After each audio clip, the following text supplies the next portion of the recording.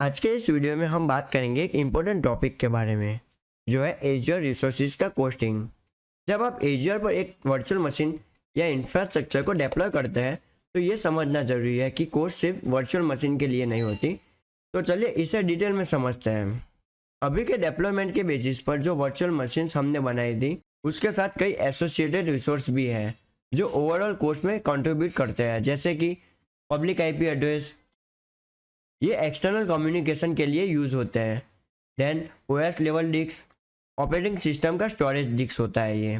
Then third one is virtual network, it means V net, ये connectivity provide करता है VM और other resources के बीच में। Then fourth one is NIC, it means network interface card, virtual machines को virtual network से connect करता है। Then fifth one is network security groups, it means NSG, inbound और आउटबाउंड ट्रैफिक के लिए सिक्योरिटी एंश्योर करता है एनएसजी। जब आप अपने इंफ्रास्ट्रक्चर को कोस्टिंग कैलकुलेट करते हैं तो सभी रिसोर्सेज का कॉस्ट कंसीडर करना जरूरी है, सिर्फ वर्चुअल मशीन का कॉस्ट नहीं। हर रिसोर्सेज की प्राइसिंग समझने के लिए सबसे बेस्ट वे होता है माइक्रोसॉफ्ट एजर डॉक्यूमेंटेशन को रेफर करना। वहाँ आपको रिसोर्सेज की प्राइसिंग का डिटेल्स ब्रेकडाउन मिलेगा। तो कुछ एग्जाम्पल देखते हैं, जैसे वर्चुअल मशीन्स। ये एजर वर्चुअल मशीन का बिलिंग यूजर्स टाइम के बेसिस पर होता है। अगर आप एक वर्चुअल मशीन सिर्फ 20 मिनट्स के लिए यूज़ करते हैं तो आपको सिर्फ 20 मिनट्स का सिर्फ बिल जनरेट होगा, कोई अपफ्रंट कॉस्ट नहीं। ये यूजर्स बेस्ड बिलिंग ट्रांसपेरेंट और फ्लेक्सिबल होती है। Then second one is VNet. VNet, यहाँ एक अच्छी बात है कि वीनेट यानी कि वर्चुअल नेटवर्क बिल्कुल फ्री ऑफ चार्ज है। Then third one is NIC, it means network interface card. NIC का भी कोई एडिशनल चार्ज नहीं होता, ये भी फ्री है। Then fourth one is network security group, NSG का भी कोई चार्ज नहीं होता, ये फ्री में अवेलेबल है। Then fifth one is public IP address. Public IP address पर एक माइनर चार्ज होता है जो कॉस्ट पर हावर या कॉस्ट पर यूजेस के बेसिस पर होता है, जो कॉन्फ़िगरेशन पर डिपेंड करता है। Then sixth one is disk, चाहे वो ओएस डिस्क हो या डेटा डिस्क, उनका लिटिल बिट सा चार्ज होता है।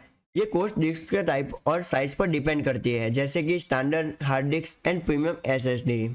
एजर रिसोर्सेज का कॉस्टिंग मैनेज करते समय हमेशा होलिस्टिक व्यू रखें, सिर्फ वर्चुअल मशीन के कॉस्ट पर फोकस मत करें, क्योंकि पूरा इंफ्रास्ट्रक्चर ओवरऑल एक्सपेंस में कंट्रीब्यूट करता है। एग्जाम्पल के लिए एक वर्चुअल मशीन को सही से काम करने के लिए नेटवर्क इंटरफेस, डिस्क और सिक्योरिटी ग्रुप्स की ज़रूरत होती है। ये सारे रिसोर्सेज एक साथ मिलकर सॉल्यूशन प्रोवाइड करते हैं और इनका कॉस्ट एक साथ कंसीडर करना जरूरी है। एजर प्राइसिंग के बारे में अपडेट रहने के लिए आपको माइक्रोसॉफ्ट एजर प्राइसिंग कैलकुलेटर या उनकी डॉक्यूमेंटेशन को रेगुलरली चेक करना चाहिए। अगर आप वर्चुअल नेटवर्क प्राइसिंग सर्च करते हैं तो आपको एक डेडिकेटेड पेज मिलेगा जो क्लियरली बताता है कि वर्चुअल नेटवर्क एजर पर फ्री है। तो इस वीडियो में हमने एक ओवरव्यू दिया कि एजर रिसोर्सेज का कॉस्टिंग कैसे समझना चाहिए। हमेशा याद रखें, सिर्फ एक रिसोर्स जैसे कि एक वर्चुअल मशीन के कॉस्ट पर फोकस ना करें। देन अपने सब्सक्रिप्शन के सारे एसोसिएटेड रिसोर्स का कॉस्ट कंसिडर करें।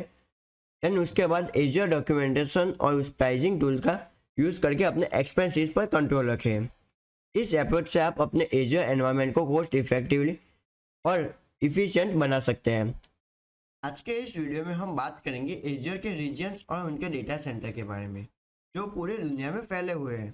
माइक्रोसॉफ्ट एजर एक सबसे बड़ा क्लाउड इंफ्रास्ट्रक्चर ऑपरेट करता है जो बिजनेसेस को अपने एप्लीकेशन को यूजर के करीब डेवलप करने की फैसिलिटी देता है। तो चलिए समझते हैं एजर रीजन्स और डेटा सेंटर के स्ट्रक्चर और उनकी कैपेबिलिटीज़ को। एक एजर रीजन्स एक स्पेसिफिक जियोग्राफिकल लोकेशन में डिप्लॉय किए गए होते हैं। डेटा सेंटर्स का ग्रुप होता है वो। हर रीजन्स हाई अवेलेबिलिटी और रिडंडेंसी प्रोवाइड करता है ताकि परफॉर्मेंस और रिलायबिलिटी बेस्ट हो। हर एजर रीजन्स आइसोलेटेड होता है जो नेचुरल डिजास्टर, पावर आउटेज और अनएक्सपेक्टेड इवेंट्स से डेटा को प्रोटेक्ट करता है। एजर रीजन्स के अंदर अवेलेबिलिटी जोन्स भी होती है जो और भी ज़्यादा फॉल्ट टॉलरेंस के लिए डिज़ाइन की गई है। तो एजर के पास अब तक के 70+ रीजन्स हैं जो पूरे वर्ल्ड में फैले हुए हैं, और ये एजर को एक सबसे कॉम्प्रिहेंसिव क्लाउड प्लेटफॉर्म बनाते हैं। हर एजर रीजन्स के अंदर एक या उससे ज़्यादा डेटा सेंटर्स होते हैं जहां फिजिकल सर्वर्स और नेटवर्किंग इंफ्रास्ट्रक्चर को होस्ट किया जाता है। ये डेटा सेंटर्स माइक्रोसॉफ्ट के प्राइवेट ग्लोबल नेटवर्क के थ्रू इंटरकनेक्टेड होते हैं जो लो लेटेंसी और हाई स्पीड कनेक्टिविटी इंश्योर करता है। तो एज्योर डेटा सेंटर्स के की फीचर्स है। First one is physical security.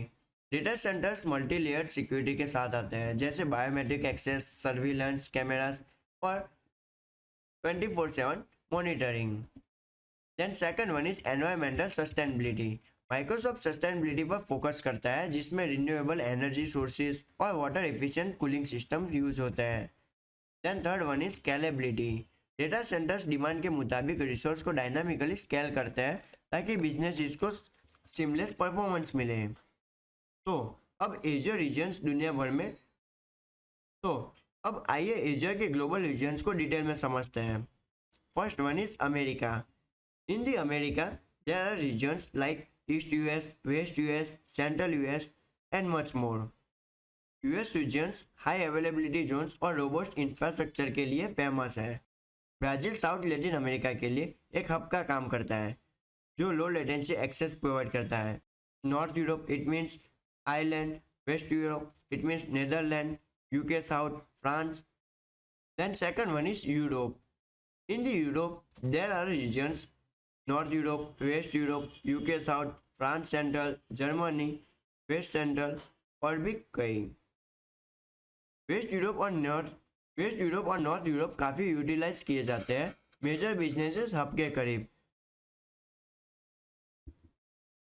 Waste Europe और नॉर्थ यूरोप काफ़ी यूटिलाइज किए जाते हैं मेजर बिजनेसेस हब के करीब होने के वजह से। Then एजियर strict data protection regulation जैसे जीडीपीआर के साथ कंप्लायंट है, जो यूरोप के बिजनेसेस के लिए आइडल है। Then third one is Asia Pacific. In the Asia Pacific, there are Southeast Asia, it means Singapore, East Asia, it means Hong Kong, Japan East, Australia East, and India Central, and much more. Southeast Asia fast growing economies और startups के लिए एक key region है। India Central local businesses और government organization के लिए compliance और data residency support करता है। Then fourth one is Middle East and Africa. In the Middle East there are UAE North, South Africa North, Qatar Central and much more. ये regions emerging markets के लिए cloud capability को करीब लाकर digital transformation को support करते हैं। Then fifth one is China. In the China North, China East and much more. China में और 21 वायर नेट के थ्रू ऑपरेट करता है, जो लोकल रेगुलेशन के साथ कंप्लायंट होता है और फुल एजियर कैपेबिलिटी को प्रोवाइड करता है। नाउ एजियर के पास कुछ स्पेशलाइज्ड रीजन्स भी है जो स्पेसिफिक यूज केस के लिए डिजाइन किए गए हैं। First one is government regions. Government entities के लिए high compliance and security levels वाले रीजन्स जैसे एजियर गवर्नमेंट यूएस में। Then second one is sovereign regions. Germany और चाइना जैसे रीजन्स स्ट्रिक्ट रेगुलेटरी रिक्वायरमेंट्स को मीट करने के लिए डेटा सोवेरिनिटी प्रोवाइड करते हैं। Then third one is edge zone. Small scale regions जो कंप्यूट को एंड यूजर के करीब लाते हैं, जो आईओटी और गेमिंग जैसे अल्ट्रा लो लेटेंसी सिनेरियो के लिए आइडल है। तो अब एक क्वेश्चन है, एजियर की ग्लोबल प्रेजेंस क्यों जरूरी है? First one is reduce latency. Application को यूजर्स के करीब डेप्लॉय करने से फास्टर रिस्पॉन्स टाइम और बेटर एक्सपीरियंस मिलता है। Then second one is compliance with local regulations. Azure की वाइड प्रेजेंस से बिजनेस डेटा रेसिडेंसी लोग क्या कंप्लायंस कर सकते हैं और अपना डेटा स्पेसिफिक कंट्री या रीजन्स में रख कर। Then second one is compliance with local regulations. Azure की वाइड प्रेजेंस से बिजनेस डेटा रिकवरी लॉस का कंप्लायंस कर सकते हैं और अपना डेटा पैसिफिक कंट्री या रीजन्स में रखकर। Then third one is director recovery और backup.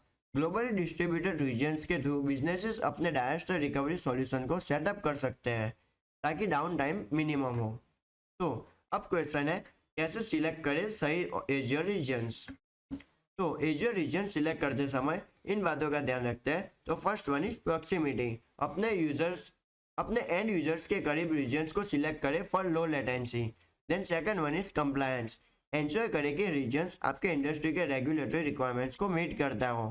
Then third one is service availability. हर रीजन में सभी एजियर सर्विसेज अवेलेबल नहीं होती, इसीलिए चेक करें कि आपको रिक्वायर्ड सर्विसेज अवेलेबल है या नहीं।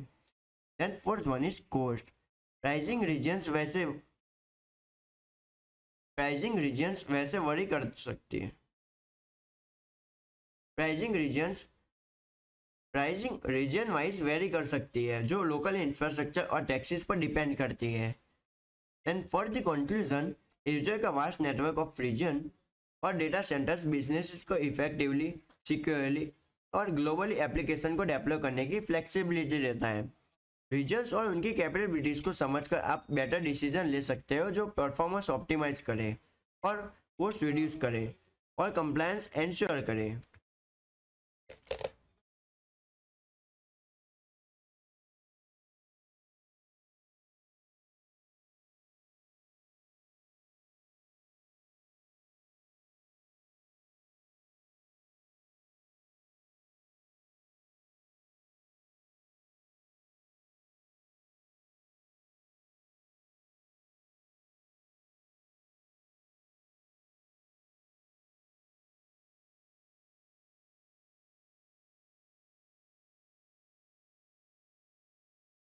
हेलो, आज के सेशन में हम देखेंगे कैसे आप अपने एजर वर्चुअल मशीन को स्टॉप करके अपने कॉस्ट को मैनेज कर सकते हैं। अगर आप भी एजर पे काम करते हैं और अपने बिल्स को मैनेज करना चाहते हो तो ये सेशन आपके लिए है। तो चलिए शुरू करते हैं। एजर में आपके वर्चुअल मशीन्स के रनिंग टाइम के बेसिस पर बिलिंग होती है। जब तक वर्चुअल मशीन चल रहा है आपको कंप्लीट कॉस्ट देना पड़ता है। मान लीजिए आप दिन में काम करते हैं और रात के टाइम वर्चुअल मशीन का यूज़ नहीं होता, तो आप वर्चुअल मशीन को स्टॉप करके कॉस्ट बचा सकते हैं। लेकिन सवाल ये है कि इसे इफेक्टिवली कैसे करें। हम इफिशिएंटली कैसे करें। वर्चुअल मशीन को स्टॉप करने के दो मेन तरीके हैं। First one is operating system level पे शट डाउन करना। ये आपके वर्चुअल मशीन के अंदर स्टार्ट मेनू से शट डाउन करने जैसा है, जैसे हम फिजिकल डिवाइस में करते हैं। तो चलिए हम इसको देखते हैं। तो चलते हैं हमारे वर्चुअल मशीन पे। देन यहाँ पे ओपन करते हैं स्टार्ट। देन आप यहाँ से आप शट डाउन कर सकते हो, जैसे आप फिजिकल डिवाइस में शट डाउन करते हो। देन सेकंड वे है एजर पोर्टल से वीएम को स्टॉप करना। इसमें आप एजर पोर्टल का ओवरव्यू पेज पर जाके स्टॉप बटन पे क्लिक करते हैं। तो चलते हैं हमारे एजर पोर्टल पे। देन आपको यहाँ पे क्लिक करना होगा स्टॉप बटन पे। लेकिन इन दोनों में फर्क क्या है, आइए समझते हैं। अगर आप वर्चुअल मशीन को ओएस लेवल पे शट डाउन करते हैं तो मशीन पावर डाउन हो जाती है, लेकिन ये अभी भी फिजिकल सर्वर पे एलोकेट रहती है। इसका मतलब है कि आपको कंप्यूट कोस्ट का एक लिटिल बिट सा हिस्सा देना पड़ता है। लेकिन अगर आप एजर पोर्टल को स्टॉप बटन पे क्लिक करते हैं तो आपको वर्चुअल मशीन को फिजिकल सर्वर से डी एलोकेट कर दिया जाता है। इसका मतलब है कि कंप्यूट कोस्ट कम्प्लीटली स्टॉप हो जाती है। अब बात करते हैं कि वर्चुअल मशीन दो मेन ड्राइव्स होती है। तो चलते हैं हमारे वर्चुअल मशीन पे। देन यहाँ से हम ओपन करते हैं फाइल एक्सप्लोरर और चलते हैं जिस पीसी में। तो जैसे कि आप यहाँ पे देख सकते हो हमारे पास दो ड्राइव्स हैं। First one is C drive and second one is D drive. In the C drive जिसमें ऑपरेटिंग सिस्टम होता है और ये परसिस्टेंट होती है। Then second one is D drive, जो टेम्पररी स्टोरेज के लिए यूज होती है और सिर्फ शॉर्ट टर्म यूज के लिए बनी गई है। एग्जाम्पल के लिए चलिए एक टेस्ट फाइल को क्रिएट करते हैं डी ड्राइव पे। तो चलते हैं हमारे डी ड्राइव में। देन यहाँ पे हम एक टेक्स्ट फाइल क्रिएट करते हैं टेस्ट नाम से। इसका नाम देते हैं हम टेस्ट। हम इसको ओपन करते हैं और इसमें टाइप करते हैं this is the test file and save करते हैं। Now I close it. तो अगर आप वर्चुअल मशीन के ओएस लेवल पे शटडाउन या रिस्टार्ट करते हैं तो ये फाइल वहाँ पे एज इट इज रहती है। लेकिन अगर आप एजर पोर्टल से वीएम को स्टॉप करके डी एलोकेट करते हैं तो डी ड्राइव का डेटा डिलीट हो जाता है। अगर आपको अपना डेटा परसिस्ट रखना है तो आप एक डेटा डिस्क को अटैच कर सकते हैं। डेटा डिस्क पर स्टोर डेटा स्टॉप या डी एलोकेशन के बाद भी सेव रहता है। तो चलो अब हम रिस्टार्ट करके चेक करते हैं अपने वर्चुअल मशीन को। ओपन करते हैं स्टार्ट मेनू। देन यहाँ पे जाके हम रिस्टार्ट करते हैं। Then press to the continue. तो अब ये हमारा वर्चुअल मशीन रिस्टार्ट हो रहा है। चलिए हम इसे वापस ओपन करते हैं, यानी कि हम वापस इसे स्टार्ट करते हैं। नाउ बेसिक स्टेप को फॉलो करके हमारे वर्चुअल मशीन से विंडोज सर्वर को, देन यहाँ पे पासवर्ड एंटर करके लॉगिन कर लेते हैं। ये वही पासवर्ड है जो हमने वर्चुअल मशीन क्रिएट करते वक्त क्रिएट किया था। देन यहाँ पे कनेक्ट पे प्रेस करते हैं। तो जैसे कि आप यहाँ पे देख सकते हो, हमने सक्सेसफुली लॉगिन कर लिया है हमारे वर्चुअल मशीन से अपने विंडोज सर्वर को। अब बूट होने के बाद चलते हैं हमारे फाइल एक्सप्लोरर में और चेक करते हैं हमारा टेक्स्ट फाइल है या नहीं। तो चलते हैं हम फाइल एक्सप्लोरर में, देन मूव करते हैं दिस पीसी में और ओपन करते हैं डी ड्राइव। तो आप यहाँ पे देख सकते हो हमारा टेस्ट वाला फाइल एज इट इज है, यानी कि डिलीट और रिमूव नहीं हुआ। तो चलिए अब हम देखेंगे कि एज़्योर पोर्टल से वीएम को कैसे स्टॉप करते हैं। तो चलते हम एज़्योर पोर्टल के ओवरव्यू पेज पे, देन यहाँ पे स्टॉप बटन पे क्लिक कर लेते हैं और एक्शन को कंफर्म करें। ये प्रोसेस 1-2 मिनट ले सकता है जब वर्चुअल मशीन स्टॉप यानी कि डीअलोकेट स्टेट में चला जाता है, तो कंप्यूट रिसोर्स के लिए बिलिंग रुक जाती है। वर्चुअल मशीन को रिस्टार्ट करने के लिए स्टार्ट बटन पे क्लिक करें। फिलहाल के लिए हमारा अभी वर्चुअल मशीन स्टॉप हो रहा है, तो थोड़ा वेट करिए इसका सक्सेसफुली स्टॉप होने का। हमारा वर्चुअल मशीन सक्सेसफुली स्टॉप होने के बाद हमें एक पॉपअप मिल जाएगा, यानी कि हमें एक मैसेज शो करेगा जो दिखाएगा कि successfully stop our virtual machines. और यहाँ पे हमारे बटन्स इनेबल हो जाएंगे। तो वेट करें इसका सक्सेसफुली कंप्लीट होने का।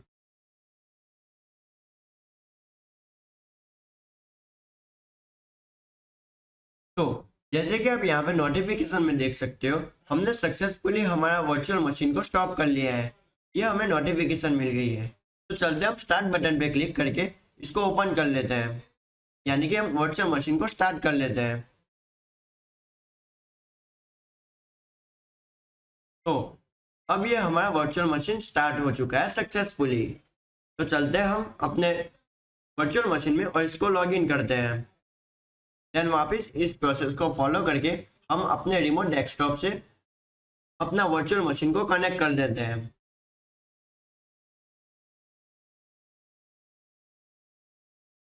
हम सक्सेसफुली अपने विंडोज सर्वर यानी कि हमारे वर्चुअल मशीन में कनेक्ट हो चुके हैं, यानी कि हमने लॉगिन कर लिया है। तो अब चलते हैं हम मूव करते हैं हमारे फाइल एक्सप्लोरर में और चेक करते हैं हमारी टेस्ट फाइल को। अब मूव करते हैं हमारे दिस पीसी में एंड चलते हैं हमारे डी ड्राइव में, जहाँ पे हमने टेस्ट फाइल को क्रिएट किया था। और जैसे कि आप यहाँ पे देख सकते हो, हमारा टेस्ट फाइल रिमूव हो चुका है, यानी कि वो डीअलोकेट के टाइम रिमूव हो चुका है। हमारा डी ड्राइव टेम्पररी स्टोरेज होता है, इसीलिए जब हम स्टार्ट बटन पे क्लिक किया तो एज़्योर ने फिजिकल सर्वर पे मशीन को दोबारा एलोकेट किया। तो ये याद रखें कि वर्चुअल मशीन को स्टॉप करने के बाद भी कुछ रिसोर्स के लिए बिलिंग होती है, जैसे पब्लिक आईपी एड्रेसेस, ओएस और डेटा डिस्क। ये कॉस्ट मिनिमल होती है, लेकिन आपके ओवरऑल बिलिंग का पार्ट होती है। तो अगर आप एज़्योर पोर्टल से शट डाउन करते हैं, यानी कि आप वर्चुअल मशीन को स्टॉप करते हैं, तो टेम्पररी स्टोरेज में सेव किया गया डेटा डिस्ट्रॉय हो जाता है, यानी कि वो रिसोर्स डीअलोकेट हो जाता है। और अगर आप यहाँ से रिस्टार्ट करते हैं तो आपका डेटा एज इट इज रहेगा। तो ये था एक एज़्योर का वर्चुअल मशीन को स्टॉप करने का कॉस्ट मैनेज करने का प्रोसेस। अगर आप अपने वर्चुअल मशीन को कॉस्ट इफेक्टिवली मैनेज करना चाहते हैं तो ये टेक्निक्स आपके काम आएगी। इस चैप्टर में हम बात करेंगे एक इम्पोर्टेंट कंसेप्ट के बारे में, जो है पब्लिक आईपी एड्रेसेस और कैसे ये एज़्योर रिसोर्सेज को इंटरनेट से कनेक्ट करते हैं। तो चलिए स्टार्ट करते हैं। जब आप एज़्योर में एक वर्चुअल मशीन क्रिएट करते हो तो विजार्ड ऑटोमेटिकली एक पब्लिक आईपी एड्रेस को असाइन करता है एज अ रिसोर्स। ये पब्लिक आईपी एड्रेस इस मशीन को इंटरनेट के थ्रू इनबाउंड कम्युनिकेशन का एक्सेस देता है। जैसे आप अपने लैपटॉप में रिमोट डेस्कटॉप प्रोटोकॉल यानी कि आरडीपी के जरिए वीएम पे कनेक्ट हो सकते हो। अगर आपने internet information service it means IIS install किया है तो आप अपने वर्चुअल मशीन पे होस्ट वेब सर्वर को एक्सेस कर सकते हो। सिंपल वर्ड में पब्लिक आईपी एड्रेस आपकी वर्चुअल मशीन को इंटरनेट पर एक्सपोज करता है और एक्सटर्नल रिसोर्सेज के साथ कम्युनिकेट करने की एबिलिटी देता है। एज़्योर में पब्लिक आईपी एड्रेस के दो टाइप्स होते हैं। First one is static IP address and second one is dynamic IP address. तो चलिए इन दोनों को डिटेल्स में समझते हैं। इस एग्जाम्पल में हमारी वर्चुअल मशीन पे स्टैटिक आईपी एड्रेस असाइन किया गया है, लेकिन स्टैटिक और डायनामिक आईपी एड्रेस में फ़र्क क्या है? सबसे बड़ी डिफरेंस ये है कि स्टैटिक आईपी एड्रेस कभी चेंज नहीं होता, चाहे आप मशीन को एज्योर पोर्टल से स्टॉप और रिस्टार्ट करें। लेकिन अगर डायनामिक आईपी एड्रेस असाइन हुआ है, तो जब आप मशीन को एज्योर पोर्टल से स्टॉप करते हो तो डी एलोकेट करते हो, वो आईपी एड्रेस को रिलीज हो जाता है, वो आईपी एड्रेस रिलीज हो जाता है। जब आप मशीन को दोबारा स्टार्ट करते हो तो एक नया डायनामिक आईपी असाइन होता है। लेकिन स्टैटिक आईपी एड्रेस के साथ आपका एड्रेस हमेशा के लिए सेम रहता है, जो किसी सर्विस के लिए रिलायबिलिटी इंश्योर करता है। स्टैटिक एड्रेसेस काफ़ी इंपॉर्टेंट होते हैं उन एप्लीकेशन के लिए जहां रिलायबल कनेक्शन की ज़रूरत होती है।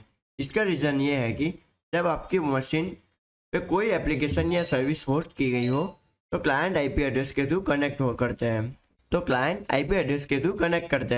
अगर आईपी एड्रेस चेंज हो जाए, यानी कि डायनामिक असाइनमेंट के केस में, तो क्लाइंट कनेक्शन लॉस्ट कर देंगे क्योंकि वो पुराने आईपी एड्रेस पर कनेक्ट नहीं कर पाएंगे। स्टैटिक आईपी एड्रेस के साथ आप कंसिस्टेंसी इंश्योर करते हैं, जो प्रोडक्शन सिस्टम के लिए ज़रूरी है। डोमेन्स नेम को स्टैटिक आईपी एड्रेस के साथ मैप करता है। डोमेन्स नेम को स्टैटिक आईपी एड्रेस के साथ मैप करना भी इजी होता है, जैसे यूजर्स वेबसाइट को example.com जैसे डोमेन्स के साथ एक्सेस करते हैं। लेकिन इंटरनली ये domains name static IP address के साथ मैप होते हैं फॉर कंसिस्टेंट राउटिंग। आप सोच रहे होंगे हमेशा स्टैटिक आईपी ही क्यों ना यूज़ करें। इसका जवाब है कॉस्ट। स्टैटिक आईपी का एक छोटा सा एडिशनल चार्ज होता है, जो dynamic IP address cost effective है और उन एनवायरनमेंट्स के लिए परफेक्ट है जो टेम्पररी या टेस्ट पर्पस के लिए है। लेकिन प्रोडक्शन एनवायरनमेंट के लिए स्टैटिक आईपी एड्रेस बेटर है, क्योंकि ये रिलायबिलिटी और कंसिस्टेंसी प्रोवाइड करता है। चलिए एक रियल लाइफ एग्जांपल देखते हैं। तो हम चलते हैं हमारे एज्योर पोर्टल पे और एज्योर पोर्टल में पब्लिक आईपी एड्रेस रिसोर्स पे नेविगेट करते हैं। तो यहाँ पे आप देख सकते हैं कि इस वर्चुअल मशीन के लिए एक स्टैटिक असाइनमेंट है, मतलब अगर आप मशीन को स्टॉप और रिस्टार्ट करते हैं तो भी आईपी एड्रेस सेम रहेगा। स्टैटिक आईपी का एक स्मॉल एडिशनल कॉस्ट होता है, लेकिन मिशन क्रिटिकल एप्लीकेशन के लिए वर्थ इट है। For the summary, dynamic IP addresses को टेस्टिंग और नॉन क्रिटिकल एनवायरनमेंट के लिए यूज़ करें। स्टैटिक आईपी एड्रेस को प्रोडक्शन सिस्टम या किसी भी एप्लीकेशन के लिए यूज़ करें जहां कंसिस्टेंट कनेक्शन की ज़रूरत हो। इससे आप कॉस्ट इफेक्टिवनेस और एप्लीकेशन रिलायबिलिटी के बीच का बैलेंस कर सकते हो। तो चलते हैं हमारे डेमो में। और जैसे कि आप यहाँ पे देख सकते हो, ये रहा हमारा टेबल। आप इस टेबल को देख सकते हो as per our static and dynamic IP address charges. ये था पब्लिक आईपी एड्रेस का एक ओवरव्यू इन एज्योर। आज हमने कवर किया पब्लिक आईपी एड्रेसेस क्या होते हैं और कैसे काम करते हैं, स्टैटिक और डायनामिक आईपी एड्रेस के बीच के डिफरेंस और कब और कैसे इन्हें यूज़ करें। नेक्स्ट चैप्टर में हम एज्योर वर्चुअल मशीन्स के और भी एक्सिस्टिंग कंसेप्ट को एक्सप्लोर करेंगे। आज के सेशन में हम एक Linux based virtual machine deploy करेंगे एज्योर पोर्टल पर और उस पर एनजीनिक्स वेब सर्वर सेटअप करेंगे। स्टेप बाय स्टेप स्टार्ट करते हैं। सबसे पहले समझते हैं कि हम क्या अचीव करेंगे। हम एक Ubuntu server virtual machine deploy करेंगे जो हमारे एक्सिस्टिंग ऐप वीएम रिसोर्स के वर्चुअल नेटवर्क में होगा, जैसे कि आप इस डायग्राम में देख सकते हो। यहाँ पे हमारा ऐप वीएम है और यहाँ पे हमारा लिनक्स वीएम है, यानी कि लिनक्स वर्चुअल मशीन। इस नए वर्चुअल मशीन के पास अपना एक पब्लिक आईपी एड्रेस होगा, अपना एक नेटवर्क इंटरफेस कार्ड होगा, एक ओएस लेवल डिस्क और एक नेटवर्क सिक्योरिटी ग्रुप होगा। जैसे कि आप यहाँ पे देख सकते हो, वर्चुअल मशीन यानी कि हमारा Linux virtual machine, disk, public IP address, network interface and network security group. Then deployment के बाद हम लिनक्स वर्चुअल मशीन पर एनजीनिक्स वेब सर्वर इंस्टॉल करेंगे। तो स्टार्ट करने के लिए एज्योर पोर्टल पर मूव करते हैं। तो अब हम एज्योर पोर्टल पर वर्चुअल मशीन के सेक्शन पर हैं। आप देख सकते हैं कि हमारा ऐप वीएम ऑलरेडी प्रेजेंट है।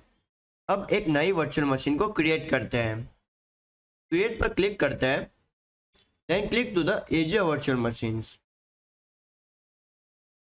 अब हमारे पास एक क्रिएशन का विजार्ड ओपन हो चुका है। तो अब क्रिएशन विजार्ड में रिसोर्स ग्रुप, हम यहाँ पे अपना एग्जिस्टिंग रिसोर्स ग्रुप को सिलेक्ट कर लेते हैं जो है demo. Then resource group select करने के बाद हम एक वर्चुअल मशीन का नाम एंटर करते हैं जो है लिनक्स वीएम। देन हमारा नेक्स्ट स्टेप है रीजन। अब आप वही रीजन को सिलेक्ट करें जो आपने ऐप वीएम के लिए सिलेक्ट किया था। मेरे केस में ये नॉर्थ यूरोप है, तो मैं इसको एज इट इज रहने देता हूँ। अब नेक्स्ट हम अवेलेबिलिटी ऑप्शन को नो इंफ्रास्ट्रक्चर रिडंडेंसी को सिलेक्ट कर लेते हैं।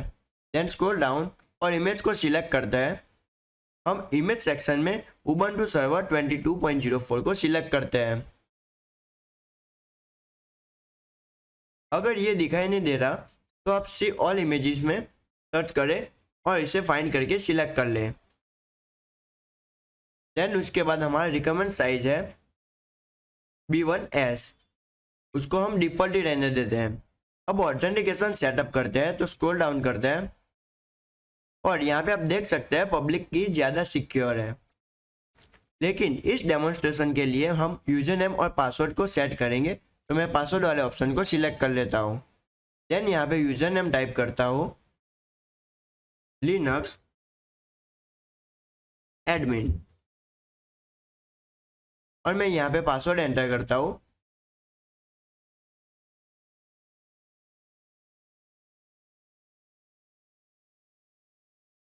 आपको पासवर्ड एजियर के कंस्ट्रेंट्स के हिसाब से एंटर करना होगा, इससे ज़्यादा सिक्योर लोकेशन पर सेव करते हैं। देन यहाँ पे मैं अगेन कंफर्म पासवर्ड एंटर करता हूँ।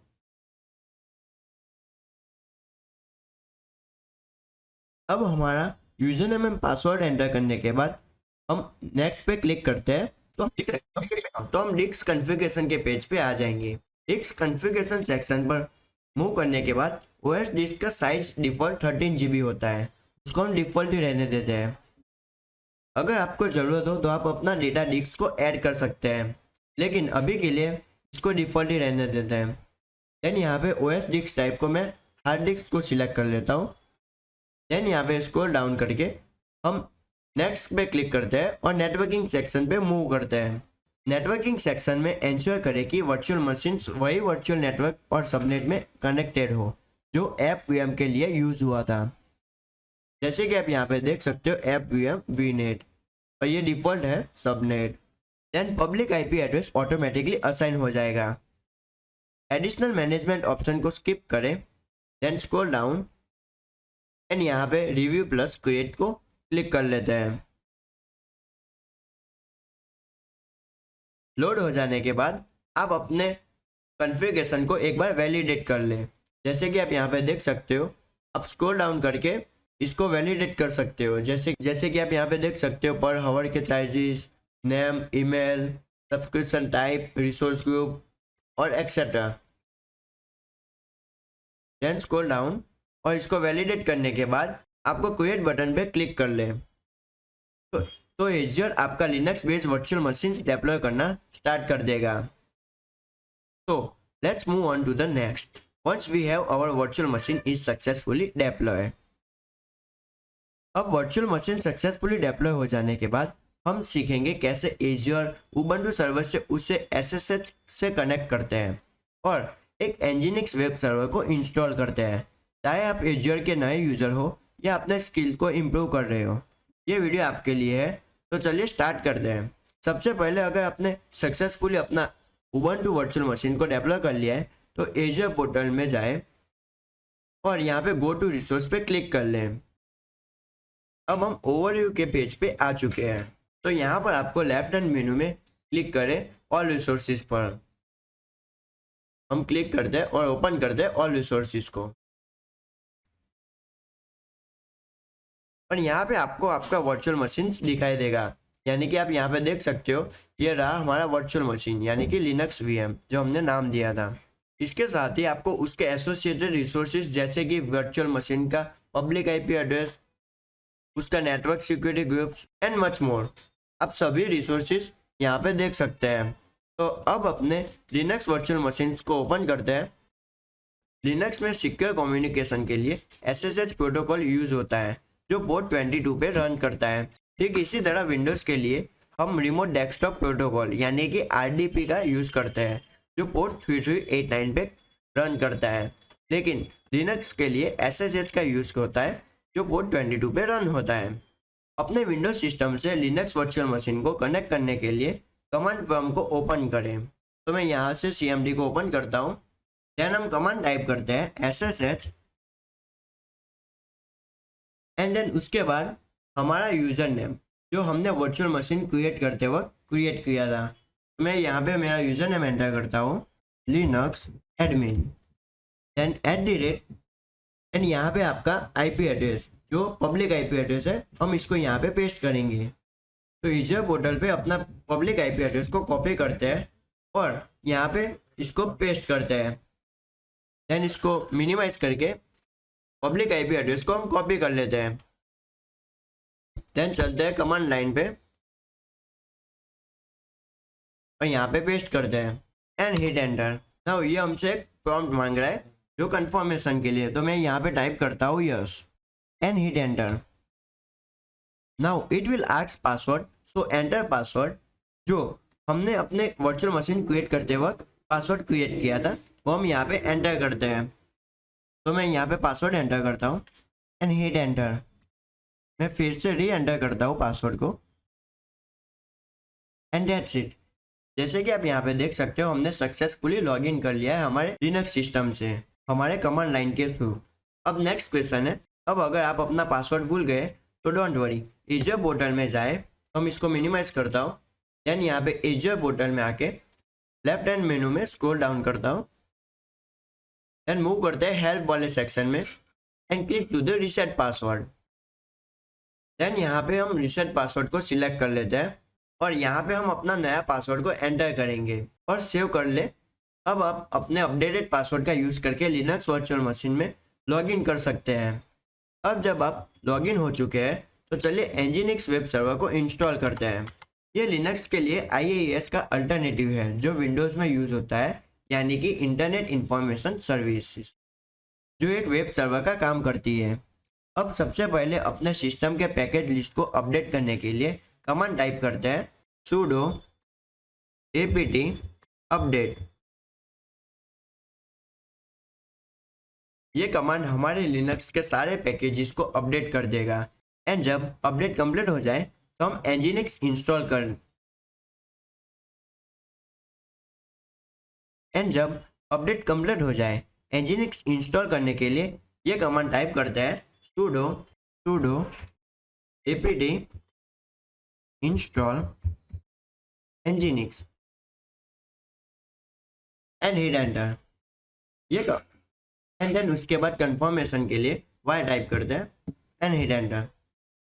ये कमांड हमारे वर्चुअल मशीन यानी कि हमारे लिनक्स वर्चुअल मशीन में nginx सर्वर को इंस्टॉल कर देगा।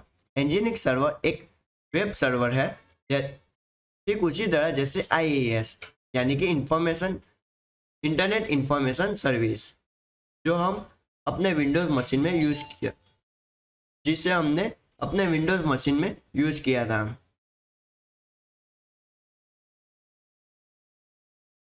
तो इस कमांड से सर्वर ने ये कमांड से सर्वर और उसके रिक्वायर्ड पैकेजेस को इंस्टॉल हो गए हैं। अगर आप कमांड लाइन की जगह एक GUI टूल का यूज़ करना प्रेफर करते हैं, PuTTY टूल का यूज़ कर सकते हैं जो लिनक्स वर्चुअल मशीन को कनेक्ट करने के लिए यूज़ होता है। हम इसके official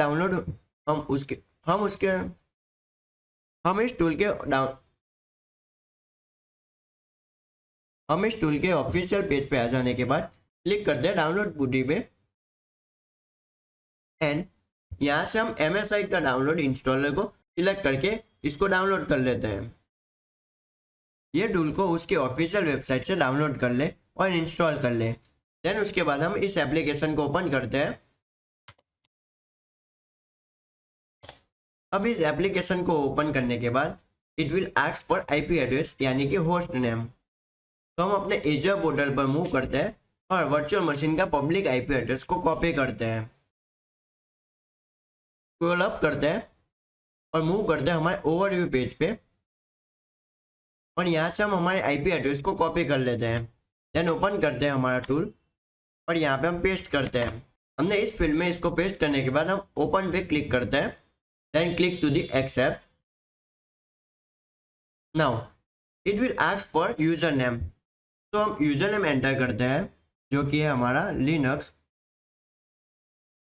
admin and hit enter. अब उसके बाद ये हमसे एक पासवर्ड मांग रहा है, तो हम इसको एंटर करते हैं password and hit enter.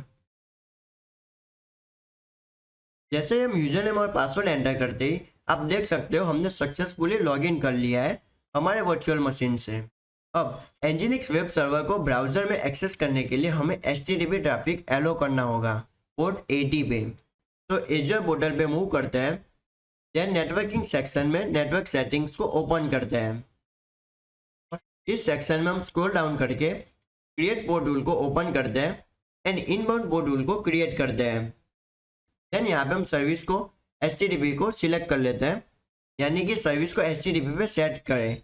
Source और डेस्टिनेशन सेटिंग को डिफ़ॉल्ट रहने दें और ऐड बटन पे क्लिक करते हैं। तो जैसे कि आप यहाँ पे देख सकते हो हमारा इनबाउंड रूल सक्सेसफुली क्रिएट हो चुका है हमारे HTTP के लिए। अब अपने पब्लिक IP एड्रेस को कॉपी करें, तो चलते हैं हमारे ओवरव्यू पेज पे और पब्लिक IP एड्रेस को कॉपी करते हैं एंड मूव करते हैं एक नई टैब पे। देन यहाँ पे हम पेस्ट करते हैं एंड हिट एंटर। देन उसके बाद हम क्लिक करते हैं कंटिन्यू टू साइट, क्योंकि ये HTTP साइट है तो इसीलिए वैलिडेशन मांग रहे हैं। तो अब आप देख सकते हो एनजीनिक्स का वेलकम पेज दिखाई देगा। ये कंफर्म करेगा कि आपका वेब सर्वर सक्सेसफुली रन कर रहा है। तो इस तरह हमने सक्सेसफुली एक उबंटू वर्चुअल मशीन एजर पर डिप्लॉय किया, उससे SSH से कनेक्ट किया एंड एनजीनिक्स इंस्टॉल किया और HTTP ट्रैफिक को कॉन्फ़िगर किया। आज के लेसन में एक क्विक नोट देना चाहता हूँ एजर रिसोर्स कोटास के बारे में। ये एक इम्पोर्टेंट टॉपिक है जो आपको समझना जरूरी है। सबसे पहले अपने एजर पोर्टल को ओपन करते हैं और अपने सब्सक्रिप्शन पे चलते हैं। तो हम मूव करते हैं अपने सब्सक्रिप्शन के पेज पे। देन यहाँ से हम पे एज यू गो को ओपन कर लेते हैं। यहाँ पे आपको आपका करंट यूजेस और कॉस्ट दिखाई देगा। मेरे केस में यहाँ पे रनिंग कॉस्ट शो कर रहा है। ये कॉस्ट इसीलिए आया है क्योंकि मेरे कभी कभी रिसोर्स ओवरनाइट रनिंग होते हैं। तो आपके लिए जब आप कंप्लीट कर लो तो अपने रिसोर्स को डिलीट करना ना भूलें इस अननेसेसरी चार्जेस के लिए। तो इससे अननेसेसरी चार्जेस नहीं लगेंगे। अब बात करते हैं कोटास की। सब्सक्रिप्शन पेज पे लेफ्ट साइड हम स्क्रॉल करते हैं सेटिंग सेक्शन में और ओपन करते हैं यूजेस प्लस कोटास। यहाँ आप रीजन के हिसाब से कोटास देख सकते हैं। एक इम्पोर्टेंट कोटा जो समझना जरूरी है वो है वर्चुअल CPUs यानी कि vCPUs का लिमिट। फॉर द एग्जांपल इस रीजन में मुझे 10 वर्चुअल CPUs का लिमिट मिलता है। करंटली मैंने सिर्फ 0 वर्चुअल CPU यूज़ किया है क्योंकि मैंने वर्चुअल CPUs को डिस्ट्रॉय कर दिया था। तो अभी मेरे पास 10 वर्चुअल CPUs का कोटा अवेलेबल है जो आप यहाँ पे देख सकते हो। अब अगर आप फ्री एजर अकाउंट यूज़ कर रहे हो तो कोटास थोड़े लिमिटेड होते हैं। मेरे एक्सपीरियंस के हिसाब से स्टूडेंट्स के साथ क्या होता है, फ्री अकाउंट में जब आपके पास $200 का क्रेडिट होता है तो फर्स्ट 13 डेज के लिए तो आपको सिर्फ 4 वर्चुअल CPUs का लिमिट मिलता है। अगर आप एक ही रीजन में 3 या 4 मशीन को क्रिएट करने की कोशिश करते हो तो आपको एरर मिल सकता है, कोटास हैज़ बीन रीच। तो ये एरर सिंपली इसीलिए आता है क्योंकि आपका वर्चुअल CPU लिमिट ख़त्म हो गया होता है। अगर आपको कभी ज़्यादा रिसोर्स की ज़रूरत हो तो स्पेशली प्रोडक्शन लेवल अकाउंट्स के लिए तो एजर आपको कोटा इंक्रीज करने का ऑप्शन देता है। आपको एक रिक्वेस्ट सबमिट करनी होती है, एजर आपकी रिक्वेस्ट को वैलिडेट करता है। अगर आप अप्रूव हो जाए तो आपका कोटा इंक्रीज हो जाता है। मेरे केस में मुझे अब 10 वर्चुअल CPUs का लिमिट मिला है जब मैंने अपनी सब्सक्रिप्शन को पे एज यू गो पर अपग्रेड किया था। टू समराइज, अपने रिसोर्स यूजेस को हमेशा ध्यान रखें। जब आपका वर्क खत्म हो जाए तो अनयूज रिसोर्सेज को डिलीट करना ना भूलें। फ्री अकाउंट्स में वर्चुअल CPUs का लिमिट समझना इंपॉर्टेंट है ताकि आपको एरर्स ना मिले। तो हम नेक्स्ट चैप्टर में आपको रिसोर्स डिलीट करना सिखाने वाला हूँ जो आपके कॉस्ट को मैनेज करने के लिए इम्पोर्टेंट है। इस चैप्टर में हम देखेंगे कैसे आप अपने क्लाउड रिसोर्सेज को डिलीट कर सकते हैं जब आपको ज़रूरत नहीं हो। क्लाउड प्लेटफॉर्म का एक बड़ा बेनिफिट है फ्लेक्सिबिलिटी। जब रिसोर्सेज चाहिए तब क्रिएट कर सकते हैं और जब ज़रूरत ना हो तब डिलीट कर सकते हैं। फॉर द एग्जांपल, मुझे अब अपनी FVM मशीन को रिमूव करना है, यानी कि अब मुझे ज़रूरत नहीं है तो मुझे डिलीट करना है। तो चलिए उसको डिलीट करते हैं। तो सबसे पहले हम ओपन करते हैं ऑल रिसोर्सेज और आप यहाँ पे देख सकते हो मेरा FVM के सारे रिसोर्स यहाँ पे अवेलेबल हैं। रिसोर्स को डिलीट करने के दो तरीके होते हैं। First one is individual resource को सिलेक्ट करो, जैसे मैं इस रिसोर्स को सिलेक्ट करके और डिलीट बटन को प्रेस कर दूं। देन सेकंड वन इज पूरे रिसोर्स ग्रुप को डिलीट करें। तो यहाँ से हम सारे रिसोर्स को कॉपी करके पूरे रिसोर्स को डिलीट कर सकते हैं, जो उसके अंदर के सारे रिसोर्सेज को डिलीट कर देगा। रिसोर्स ग्रुप का फ़ायदा ये है कि आप अपने रिसोर्सेज को लॉजिकली ग्रुप कर सकते हो और एक ही बार में मैनेज कर सकते हो। इस एग्जांपल में हम सारे रिसोर्स ग्रुप को डिलीट करेंगे। तो मैं यहाँ पे सारे रिसोर्स को सिलेक्ट कर लूँगा, देन उसके बाद डिलीट पे क्लिक करता हूँ एंड यहाँ पे टिक करके कंफर्मेशन के लिए टाइप करता हूँ डिलीट, एंड डिलीट बटन पे प्रेस करने के बाद कंफर्मेशन के लिए एक बार डिलीट बटन को प्रेस करता हूँ। जब डिलीट प्रोसेस कंप्लीट हो जाए आपको एक नोटिफिकेशन मिलेगा। नोटिफिकेशन का ट्रैक जरूर करें और कंफर्म करें कि सारे रिसोर्स डिलीट हो गए हैं। कभी कभी डिपेंडेंसी की वजह से कुछ रिसोर्स डिलीट नहीं होते हैं, तो ऐसे केस में उन रिसोर्सेज को मैन्युअली सिलेक्ट करें और दोबारा डिलीट करना होगा। तो मैं यहाँ पे रिफ्रेश कर लेता हूँ, क्योंकि अभी हमारा डिलीट प्रोसेस खत्म नहीं हुआ है, तो थोड़ा वेट करें इसका सक्सेसफुली एग्जीक्यूट होने का। आप अपने रिसोर्सेज को डिलीट करके आप अपने एक्स्ट्रा कोर्स से बच सकते हो, जो अनयूज रिसोर्सेज की वजह से आता है। तो मैं यहाँ से इस रिसोर्सेज को रिफ्रेश करता हूँ और जैसे कि आप यहाँ पे देख सकते हो मेरे सारे रिसोर्स डिलीट हो चुके हैं, यानी कि यहाँ से रिमूव हो चुके हैं। And that's it.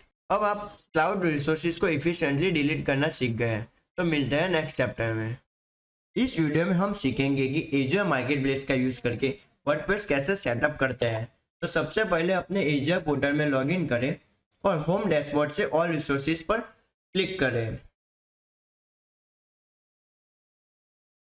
अब क्रिएट अ रिसोर्स पर क्लिक करके एजियो मार्केटप्लेस ओपन करें और जैसे कि आप यहाँ पे देख सकते हो हम एजियो के मार्केटप्लेस में आ चुके हैं और ये रहा हमारा मार्केटप्लेस का पेज। जैसे कि हम वहाँ पे देख सकते हैं virtual machines, web app, SQL database, function and much more.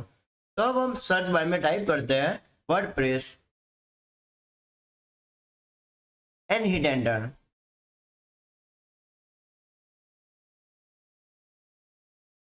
And load हो जाने के बाद हम स्क्रॉल डाउन करते हैं जब तक आपको बीट नामी पैकेज और वर्डप्रेस वर्चुअल मशीन ना मिले। तो जैसे कि आप यहाँ पे देख सकते हो बीट नामी पैकेज फॉर वर्डप्रेस, ये हमारा वर्चुअल मशीन है। तो अब हम इसको क्रिएट बटन पे क्लिक करके बीट नामी पैकेज फॉर वर्डप्रेस को ओपन कर लेते हैं। इसे सिलेक्ट करने के बाद अब आप वर्चुअल मशीन क्रिएशन पेज पर रीडायरेक्ट हो जाएंगे। यहाँ आपको बेसिक सेक्शन में ये स्टेप्स फॉलो करने हैं, जो है रिसोर्स ग्रुप को सिलेक्ट करें।